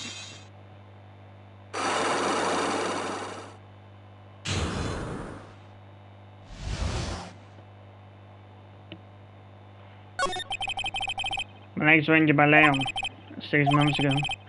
My younger brother, Bat, had a dare with Regina. A dare? An absurd dare. If I can put my head inside of Leon's mouth like you do, you have to go to the movies with me on a date. That's insane. Didn't you know how dangerous I am? We all thought I was being stupid too. And that line was very old to begin with. And the age brought Vic down this experience and doing that very trick. Unfortunately, this particular time, I guess Leon wasn't ready or anything. And that's when the accident happened. He just wanted to take her out to movies. Poor man. When Leon jumped down, I jumped towards him. When Leon attacked me, and that's how I ended up. What about Bat? He's still in a coma. I went to the hospital yesterday to visit him. I see. I'm still waiting for him to open his eyes again. And that's the reason why I keep going. Oh wait. Matt and Regina. They were such great friends. Oh yeah, I wanted you to take a look at this. What is it? This is a scarf my brother was wearing when Leon attacked him. Gross, it's covered in blood. The scarf. It was a present from Regina to my brother on the day of the accident. When he did it, he looked like he was smiling. He? Leon, obviously. Oh. When he bent down on Bat's head, the expression on Leon's face looked like a grin. I'll be taking that scarf if you don't mind. This one, Karma. I've already heard everything. So hand over the scarf. Well, the scarf is evidence in the trial. That is for me to decide. I think we should begin our preparations, Arthur.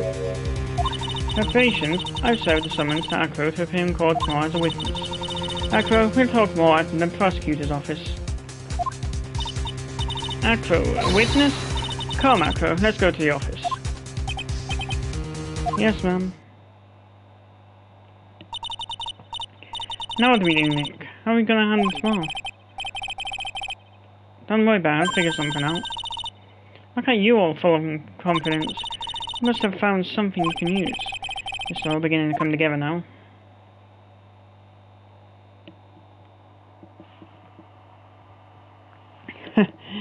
I'm getting the Cyclops done a lot quicker now. Probably because I can save those till last.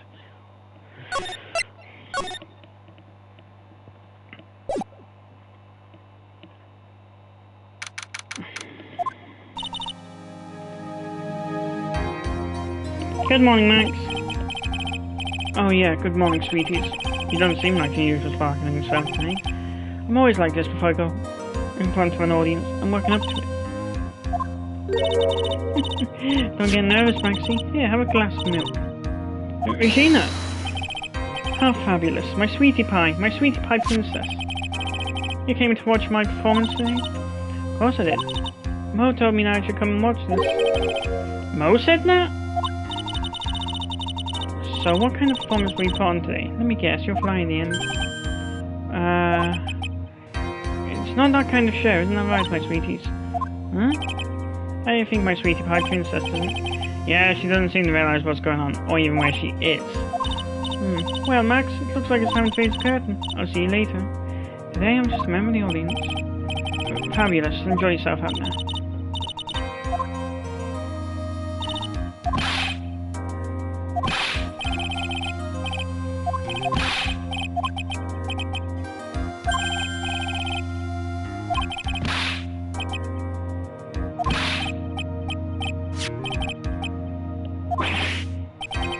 Oh, right, thanks. So how are you today? Right? Well, I've got the feeling that today I'm going to face off against the real culprit. You mean Acro? Huh? You think he did it? Be careful. He's used to putting his life on the line. Literally. He's got guts to spare. If all I've got to worry about is how thin the tightrope is, I'm used to it already. This means I won't be able to press him like I can over witnesses. What are you going to do then, Nick? I guess today we'll just have to do with our usual psychological warfare. Today we rely on evidence. It's the only way we can ever get past Acro into the truth.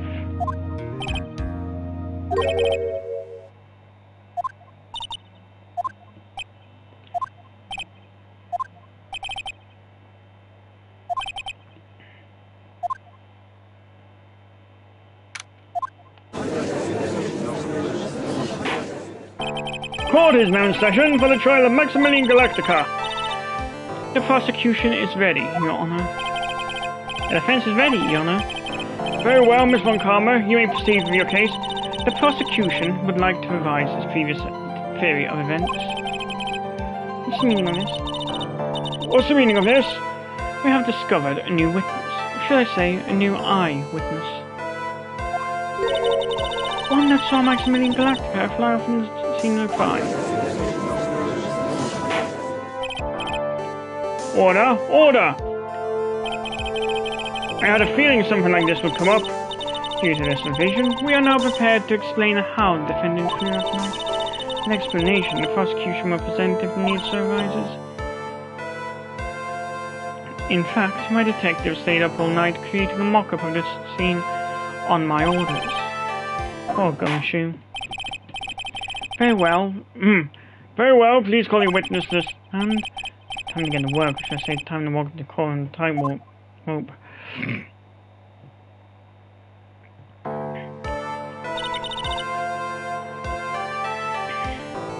Name and occupation. Ken Dinglin, but everyone calls me Aqua. I'm employed as an acrobat in a very big circus. Where were you the night of the crime? I was in my room that night. If you look at the map, you will see the witness's room is near the crime scene. My room is on the 3rd floor. The crime scene is below my window. Night of the crime, the witness saw something quite shocking. Would you tell us what you witnessed? Okay.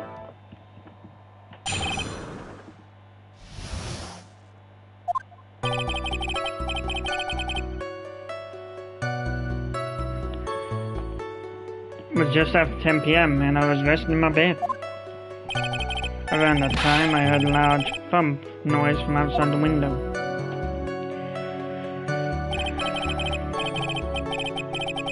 And a few moments later, I saw someone flying right by my window. It was Max Galactica, and he saw him from behind, but that's what it looked like. To be honest, when I saw that, I thought I was dreaming. This witness's testimony matches up with that, exactly with that of the clown. If that's the case, there's very little the prosecution need add. All that's left is to explain how the defendant disappeared into the sky that night. Hold it! Before we get that far, I'd like to cross-examine the witness. A foolish choice by a foolish fool who wishes to feel the foolish sadness of a sad fool. A man must know the proper timing for things, Mr. Phoenix Wright. Just like your old friend, Mr. Miles Edgeworth did. Mr. Wright, do you have a problem with the witness's testimony? In the words of Miss Von Karma, may I quote yesterday's proceedings? There's no way that actually happened. Very well, you may proceed with your cross-examination.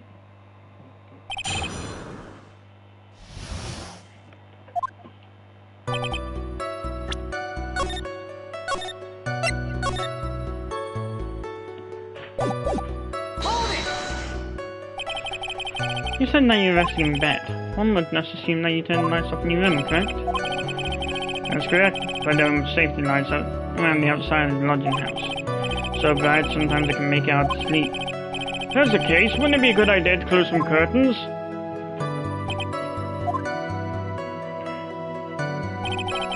I never really thought of it. I guess that means I'm off to buy some curtains. Sometimes I do make myself useful in these chambers. Oh! The witness will proceed with his testimony.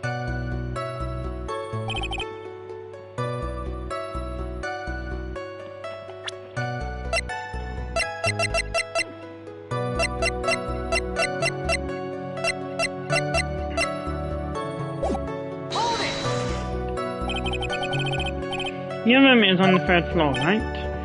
Yes. And you said that you're resting in bed? That is correct. But you were still able to hear a sound from outside. I was indeed. Pressing after doesn't seem to get results. But maybe there's something was contradicting what I said just now. There was a huge contradiction with the testimony I was just giving. If there's a contradiction, then prove it with evidence. She's right. Let's see some evidence.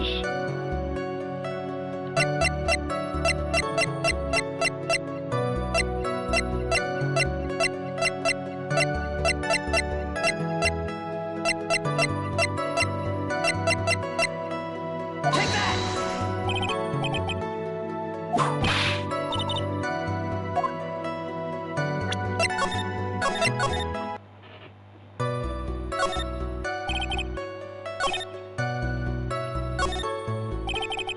Hold it!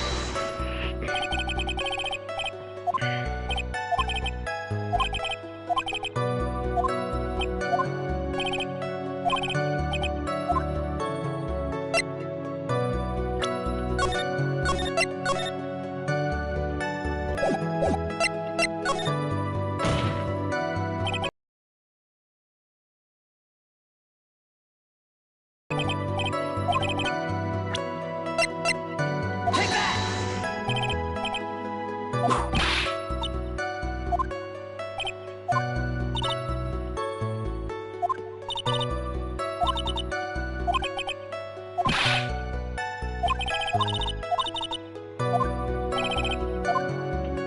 Whoa, I didn't get fucking penalized? Hold it! Are you sure it's a human being? It could have been a mannequin or perhaps a large action figure. Or setting aside the possibility of a mannequin, an action figure is plausible. You have no need to mince words with Mr. Phoenix, right? Testify to the truth and only the truth. Just as if we were now with you that night. I believe it was a human. Damn, I just don't think it's testimony.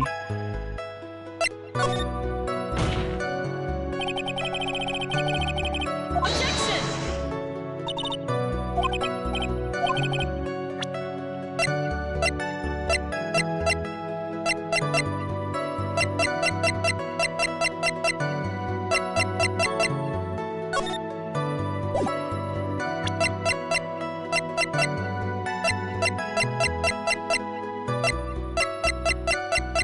Take that! Again?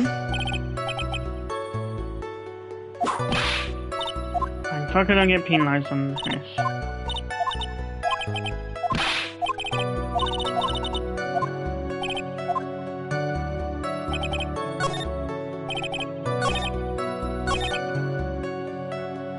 Hold it!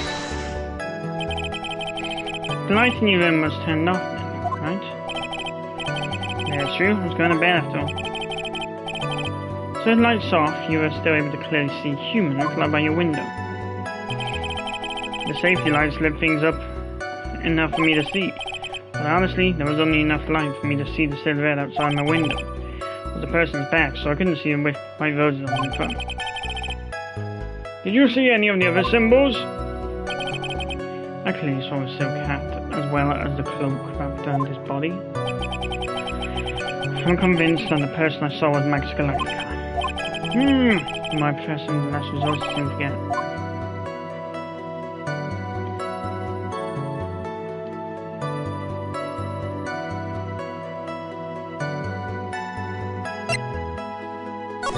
Ah! Objection! The hat! Take that! You claim to have seen the exact same thing most saw that night. Do you stand by that? What do you mean? The silk hat. What about the silk hat? I saw it on Max's head as he flew by my window. Well, you should have tried looking down out of your window that night. That would have been quite difficult considering the state I'm in. Just looking outside the window was a tough enough challenge for me. That's a shame, because you would have noticed the silk hat found on the scene. That's the ringmaster's hat, right? Right, not? No matter how you look at it. This is Max's silk hat. Where are you going with this, Mr. Wright? Are you saying that Max had two silk hats? No, this is a handmade, one-of-a-kind model made only for Maximilian Galactica. Which means, Acro, that you've been fibbing on the stand. Order! Order! As always, it looks like someone just had to open their mouth before thinking. You okay, Nick? Well, I opened my big mouth and I have to back it up. How about it, Mr. Wright? What would cause this witness to commit perjury in this court today? Aqua's real culprit.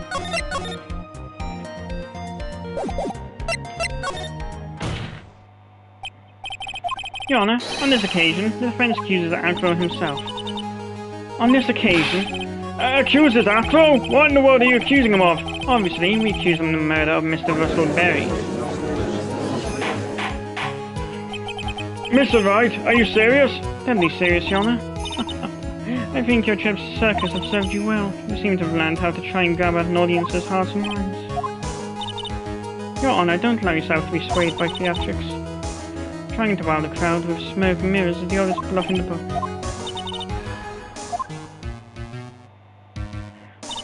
The evidence is all there. The instant which landed Sean in hospital, also leaving...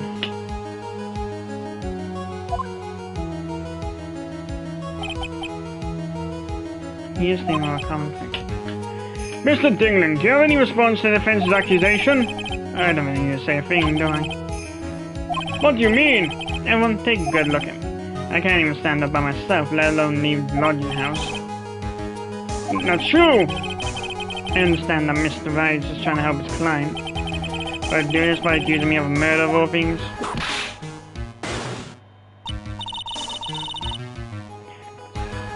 See, even a sliver of common sense makes it clear the accusation is ludicrous. He's right, way to pick on the disabled, you heartless cruel man. Phoenix is a poopy head. See that, Mr. Phoenix Wright? If you're trying to drum up support from the peanut gallery, that's how you do it. I think that's enough of this little game. I've got a doctor's note that's to confirm that Afro is unable to stand under his own power. Maybe the defense is planning on making a claim to counter this as well?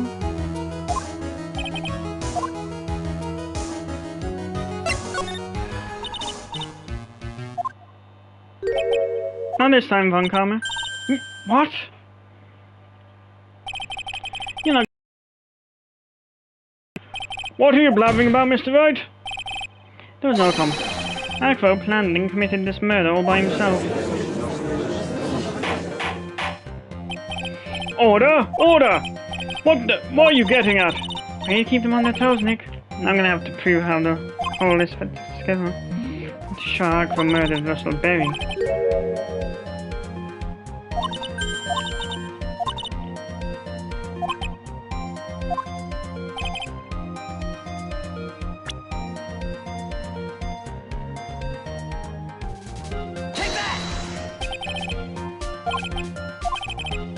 Pretty simply, Afro wasn't able to leave the lodging house by himself. In that case, there can only be one correct answer. Afro didn't leave his room to kill the ringmaster. What? Are you nuts? What say you, Mr. Dingling?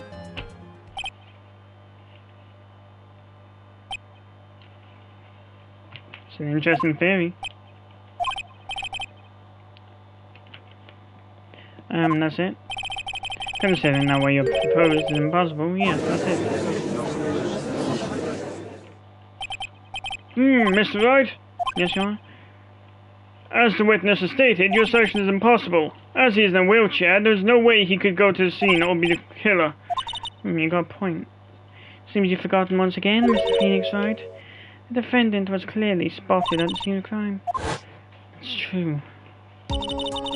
Rose said I saw Max, didn't he?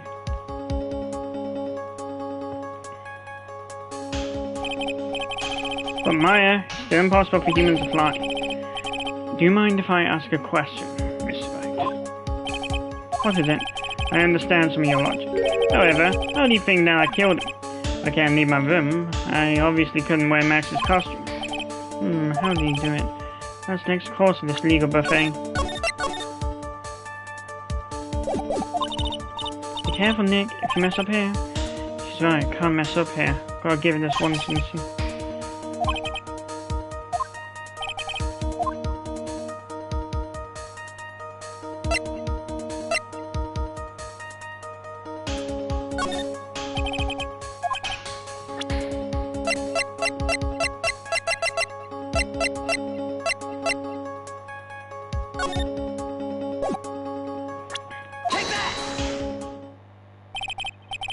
What's that, a picture?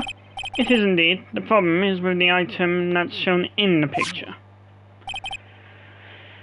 The bust? It's quite a large bust, and because it is life-sized, it is also very, very heavy. Heavy? Heavy enough to guarantee a certain death. Especially if it was dropped from a first-story window. See, this is how Aqua was able to kill the Ringmaster. Through the force of gravity and Maximilian Galactus' ample bust. Order! Order! So you're saying the bust fell onto the Ringmaster? A rather simple crime. Even if you were stuck in a wheelchair, it would be incredibly easy to fix. How could you possibly wheel a wheelchair with something so heavy? It's impossible.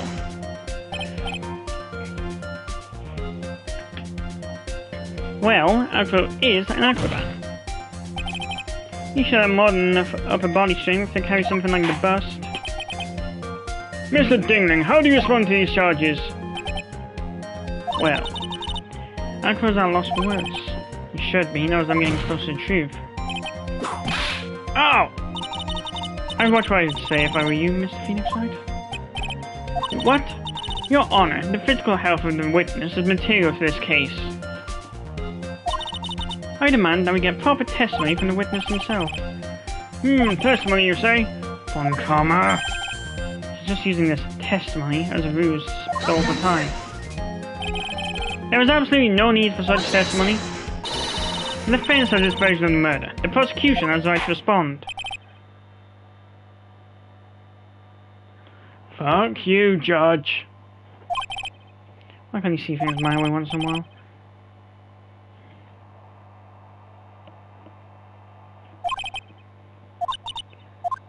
Oh yeah, I've got physical problems, but...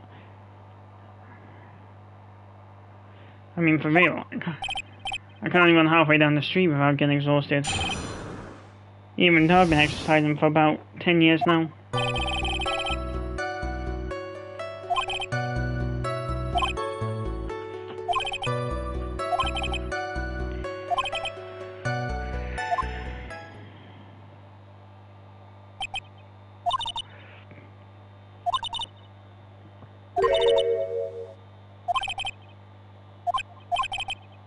I'd still like to proceed in my cross-examination. He's simply stalling. It's shameful, really, says the woman who asked for testimony so she could stall. Ah, can't that get to me? Got focus.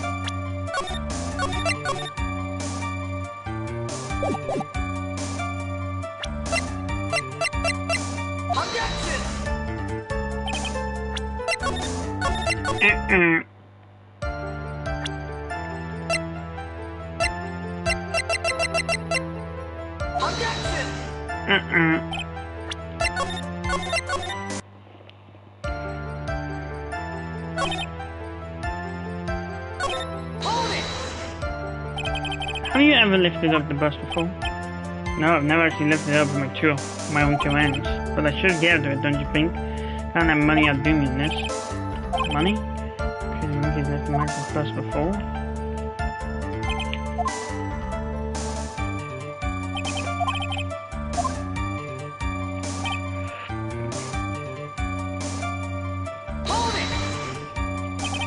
So what have you been doing to keep in shape? Well, honestly, I've given up on training. I don't have any plans to return to the trapeze or the tightrope. You don't say. But no offense, I'm not worried about losing to you in the race. Neither am I, Mr. Phoenixite. I wouldn't leave us either, Slowpoke. I mean, Nick. Whoa, whoa, whoa. How did this discussion turn to me all of a sudden? I suppose you can say that I'm stronger than the average bear.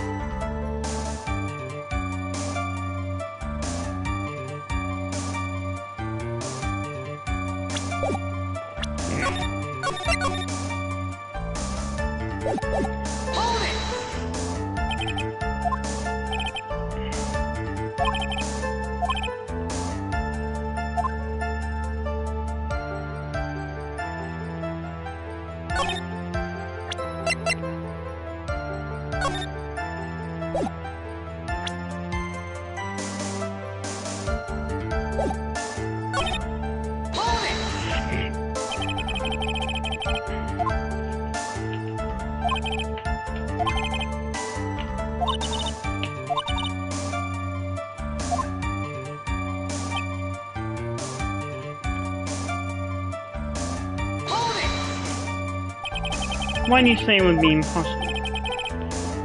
Allow me to explain. Except that if I was carrying the bus, I couldn't see out below the window. Thus, there was no way I would know the location of the ringmaster's head. Well, I suppose you got a point. Hey, Nick. What if you turn things around? Maybe you thought of it sort of like this. If you knew the location of the ringmaster's head, then you could drop the bus. That doesn't make sense when it proves somehow. I knew the location of the ringmaster's head without looking down.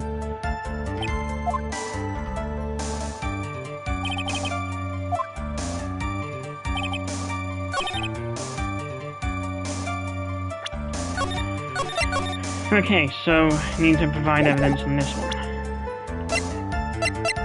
Objection! Here we go. Akvo. You didn't really need to lean out the window, did you?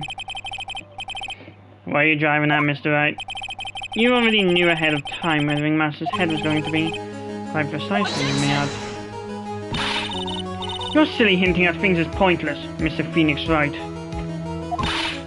Enough stalling, how about you show some evidence? But I did such a good job hinting. Yes, hurry up and explain things. Maybe you should take a look at this.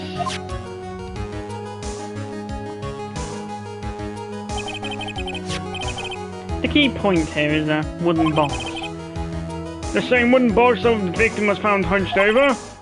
The same. The question is, who placed the wooden box here? Who? Independent companies saw the ringmaster, they didn't see him holding the box. Which means that this box was already placed at the scene of the crime. I have to admit that your theory makes a lot of sense. The moment that the bus came falling down was exactly the same moment that the ringmaster lifted up this wooden box. Which means that the answer to all these questions is now crystal clear. You mean, if the bus was to fall upon the point marked out by the wooden box, there'd be no way that could mishead the victim.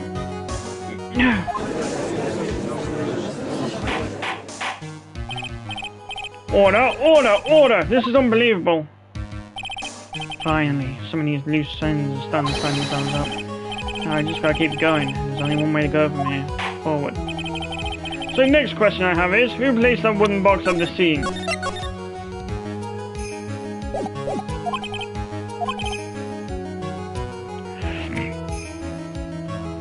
It was Mr. Dingling, of course. He connected it to a rope, and then all he had to do was lower it down. Ow!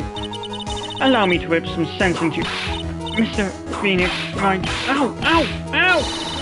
The ringmaster's head could have been anywhere when he lifted the box. That's why the box was so specially made.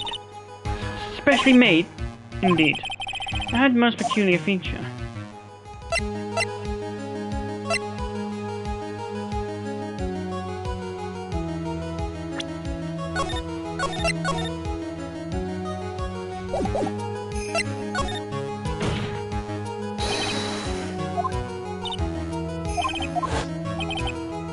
I think you can tell from the picture that wooden box is very large. To lift it up, one would have to be required to squat.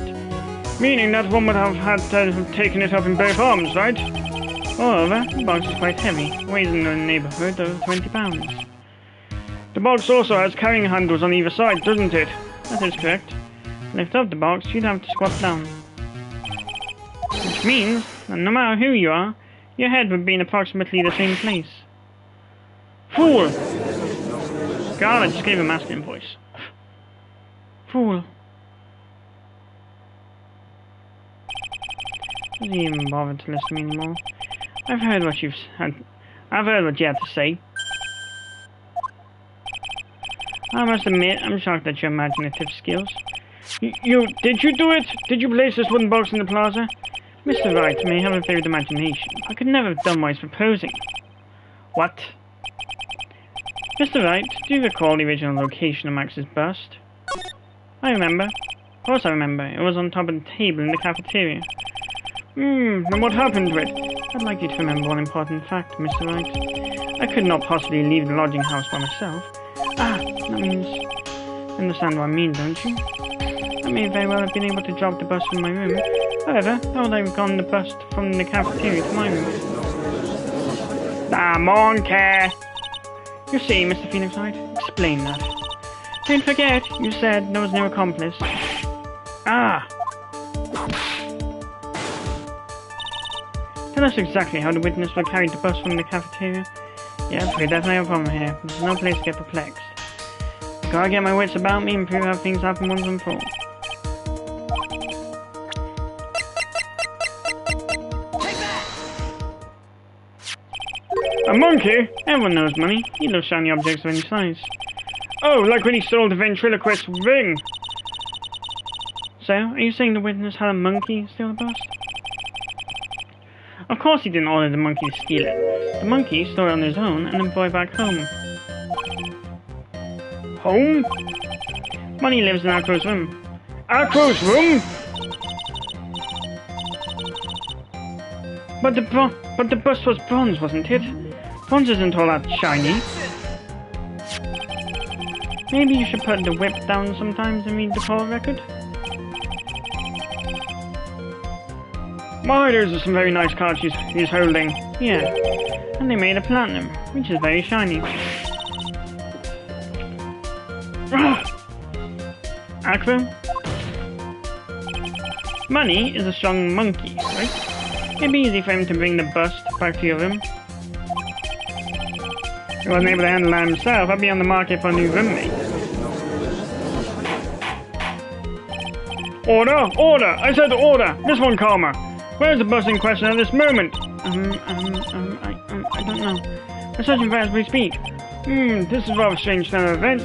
But let's say that monkey had not stolen the bust. What would have happened then? Well, in that event, something else would have been used as a murder weapon. Wait. Then you mean this bust was a murder weapon purely by accident? It's possible. Maybe Acro saw Money's mountain of stolen goods and thought he used one of them.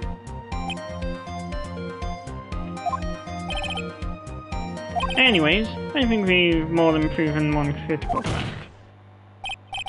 Namely, that was entirely possible that Acro was a murderer. Moron! Mr. Wright's argument was so circular, I'm still a bit dizzy. However, his argument does hold water. There's no denying that. Oh! Don't seem so flamboozled, especially by this thought of an attorney. Attorney? Attorney. Fraud?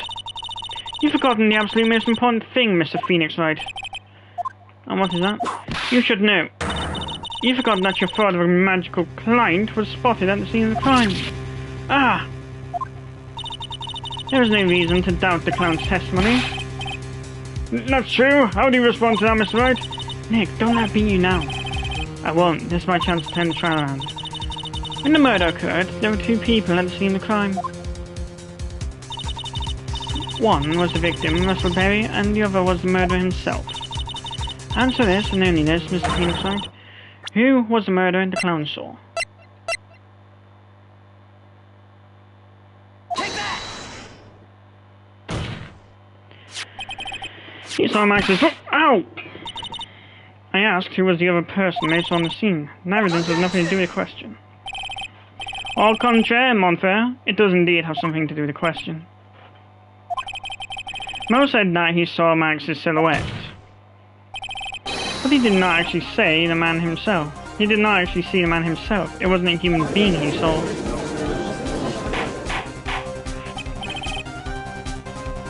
How is that possible? Simple, really. What Mo actually saw that night was Max's bust. What are you talking about? Have you tried using your brain at all in this case? The silhouette he saw was wearing a cloak. There's no reason why you can attach a cloak to the bust. It would be easy to hang one off from the cards in the bust's hand. Idiot, who in the right mind would put a cloak on a bust? Doesn't matter who put it on the bust. Just wait a minute now, Mr. Wright. Who put the cloak on the bust? He called me.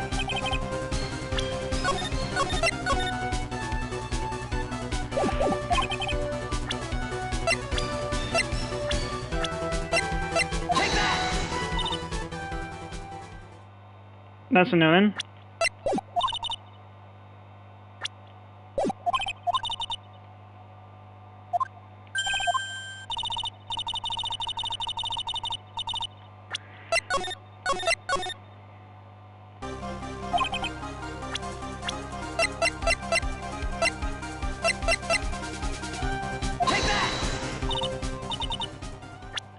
Nope.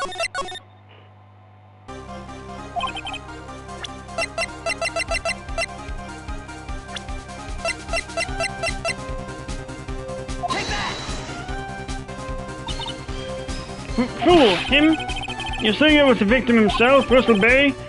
That's what I'm saying. The victim himself placed the cloak on the bust. Placed the cloak isn't really the right way of putting it. It won't be the right way of putting it, Mr. Wright. Explain yourself. Nick, do you really have a handle on all this? I'm fine, Maya. I'm finally putting all the pieces together.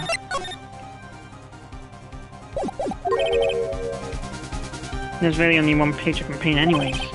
Alright, so you want to know what really happened that night? Let's step back in time. Acro used the rope to lower the wooden box onto the scene. Then he attached that rope to the bust, and dangled the bust out of his bedroom window, directly above the wooden box. At the same time, the ringmaster told Max to wait in his room, and went to the scene. Of course, at the time, the ringmaster was wearing Max's costume. Perhaps he didn't want anyone to recognize him that night? But just as he feared, he was spotted at the entrance of the lodging house by none other than a ventriloquist and his puppet, Ben and Trilo. When the ringmaster arrived at the scene, he bent over to lift the wooden box. And that's when Acro took his chance and released the rope. Now this is when the magic happens. At the very instant another bus hit the victim,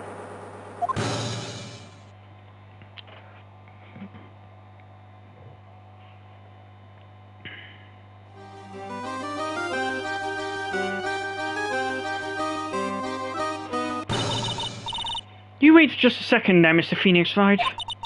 As much as you try, as much as you scheme, this just isn't true. It can't be.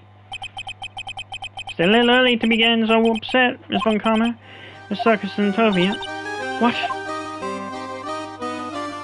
What are you trying to say? The impact of the bust on the victim, drew the cloak up, which snagged onto the bust. That impact also caused a sound a certain witness heard, prompting him to take a look. That witness was, of course, Lawrence Moe Curls, the clown. When Moe looked out his window, the cloak had already snagged onto the bust. Now, having completed the crime, Acro naturally went about pulling up the murder weapon. Of course, he had no idea how Moe saw the bust being raised with the cloak dangling on it. Primarily because, in his wheelchair, he couldn't see out of his window. So he just kept pulling the bust.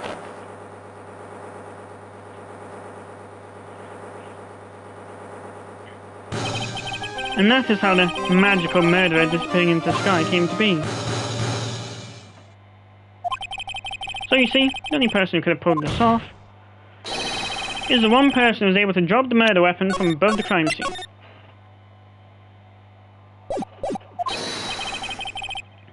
Acro, it could only have been you.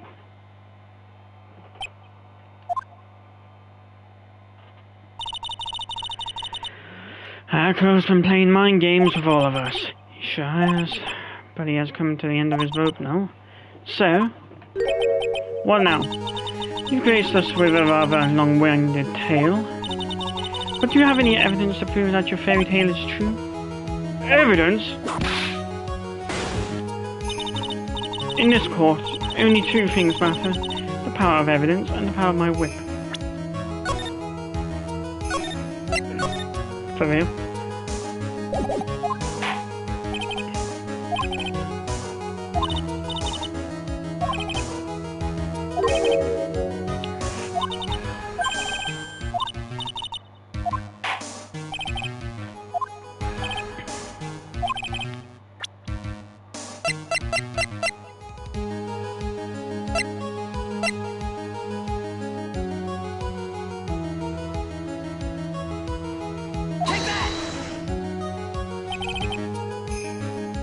The problem is Max's three symbols, you know, the silk hat, the cloak, and the white roses. Those symbols were a problem numerous times during yesterday's proceedings. Yesterday, there were two contradictions in Moe's testimony. The silk hat was one, the white roses were the other. But the theory I just presented explains all these contradictions. You fool! Do you ever shut up? Max's silk hat was found at the scene of the crime. However, remember what Mo said yesterday? He testified that the criminal he saw fleeing the scene was wearing a silk hat. There's only one explanation for that. The silk hat that Mo saw was actually the bust's. Makes sense. If you look at it that way, then he did see the silk hat. Well, sort of. Fine, you've got one, but what about the other contradiction? The other contradiction? Remember what that ventriloquist said in court? You said that you witnessed white roses on Max's chest last night. But the clown's testimony doesn't match. The clown said that there were no white roses. I'd like to see you try to explain that one away.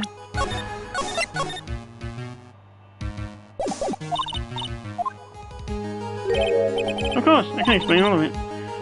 What was that? Please recall the incident when the cloak snagged onto the bust. If the cloak snagged onto the bust, what happened to the white roses?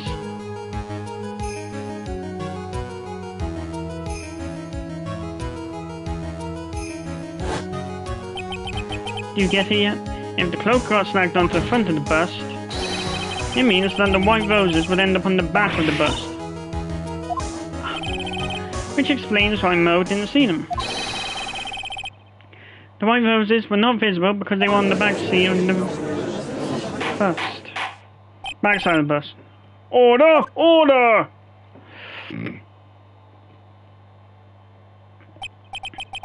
This is quite the shocking state of affairs. Mr. Wright's theory still sounds a bit absurd to me.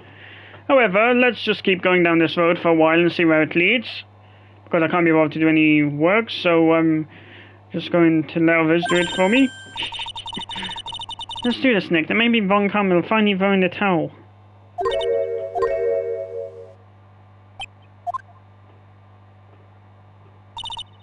Well, so much for that theory. Mr. Wright, do you mind? Well, you took the time to research our circus, didn't you? Well, yes, I did. Is there something making you think that I didn't? If you did, then maybe you'd understand why I think you're off track. What is that? Motive. Oh, wait. Motive. This witness feels an incredible debt of gratitude toward the ringmaster. Anyone with any relation to the circus is well aware of this.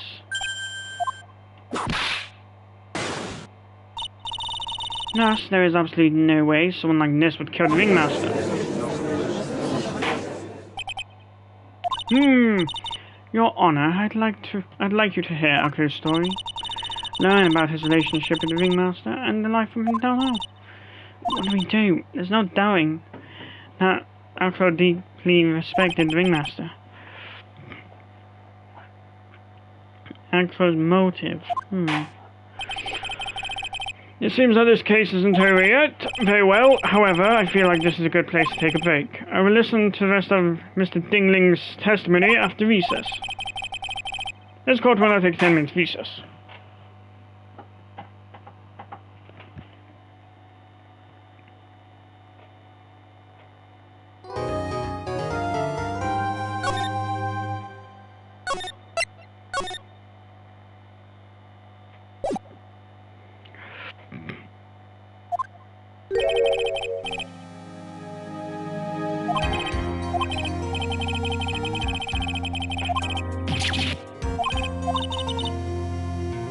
Akro tried to pin the murder on you on purpose. You did? But, I'm nothing but a little old nobody, you know? But you're not, which is kind of the reason why. Hey pal, you gonna ignore me after I went to all this trouble to bring you some evidence? Detective Gumshoe. Forget it, I'm going home. This guy deserves to be guilty anyways. Now, Detective, I'm sorry. Look, why don't you relax now? We've got some really tasty milk. How about a card trick, Detective? Oh ho ho, well if you insist. Now about that evidence you mentioned, what is it? There you go. Huh? This was yesterday in Akro's room. Yep, and I've included the forensic results. Take a look at it later. Won't Miss Von Karma be mad that you're doing this? That's why this is all a secret. Look, details only need no basis, and we're not really allies or anything. Well, everything that's happened in court up till now has gone according to our plan. I don't know, Miss Von Karma didn't seem in control of things in there just now. You'll figure it out eventually, pal. Yesterday, our final plans were set in motion. Final plans? Uh-huh. That reminds me, I got a message from the prosecutor for you. Nothing is ever truly decided till the very end. That's it, and that's it for me too, pal. I'm out of here. What do you mean by that, the very end part? Not sure, it's awfully cryptic to me. Oh, one more thing. Ah, don't scare me like that. Looks like there's a large care package from the circus for the defendant. What? For me? It's milk. The reception area looks kind of like some kind of dairy. So hurry up and drink it all before it spoils. An entire dairy's worth of milk for me?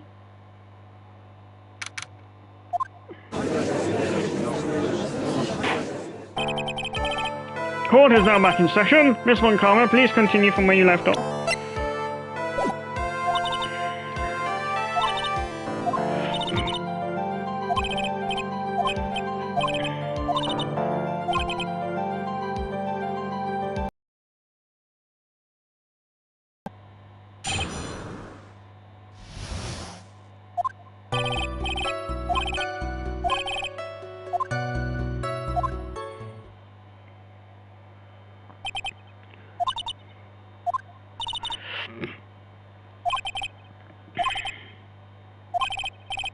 Actually, that's the question I'm trying to answer myself. Why without Krokio?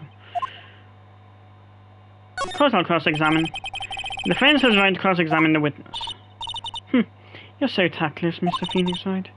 You don't care about justice, do you? You just want to fabricate a motive. You're the one who does the fabricating here, bitch. Very well, Mr. Wright. Cross-examine the witness.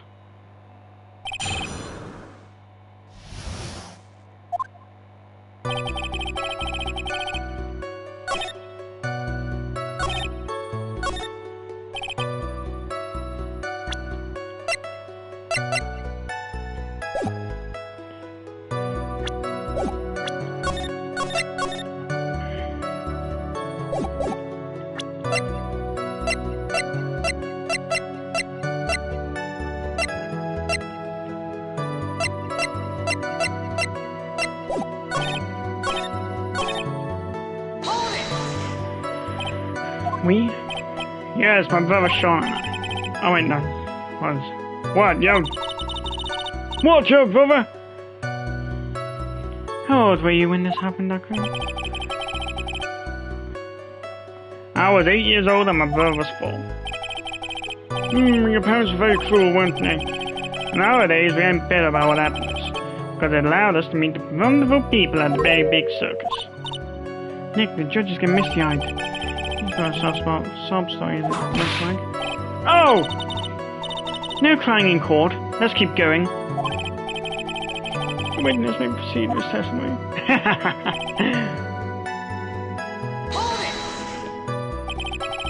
How would you describe your relationship with the ringmaster?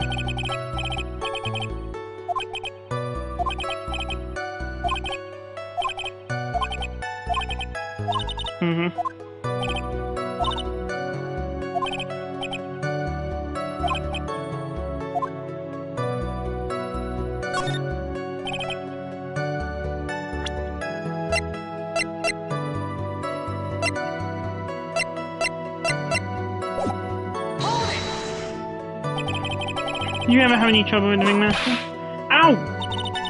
How could you ask such a thing, Mr. Phoenixoid? Do you have some sort of fundamental misunderstanding of this witness' testimony? On the heartfelt emotions contained within? You'd better think about this, Mr. Phoenixoid. You better think hard. Ow! Ow! Ow! Ow! Ow! No matter how you look at it, there's no way I could see this witness ever taking the victim's life. Exactly. I've been waiting for you to say that, Your Honor. Nick, I hate to say it, but I agree with him. Holy shit, just realized we've been recording for 2 whole hours. It shows how long the trial is.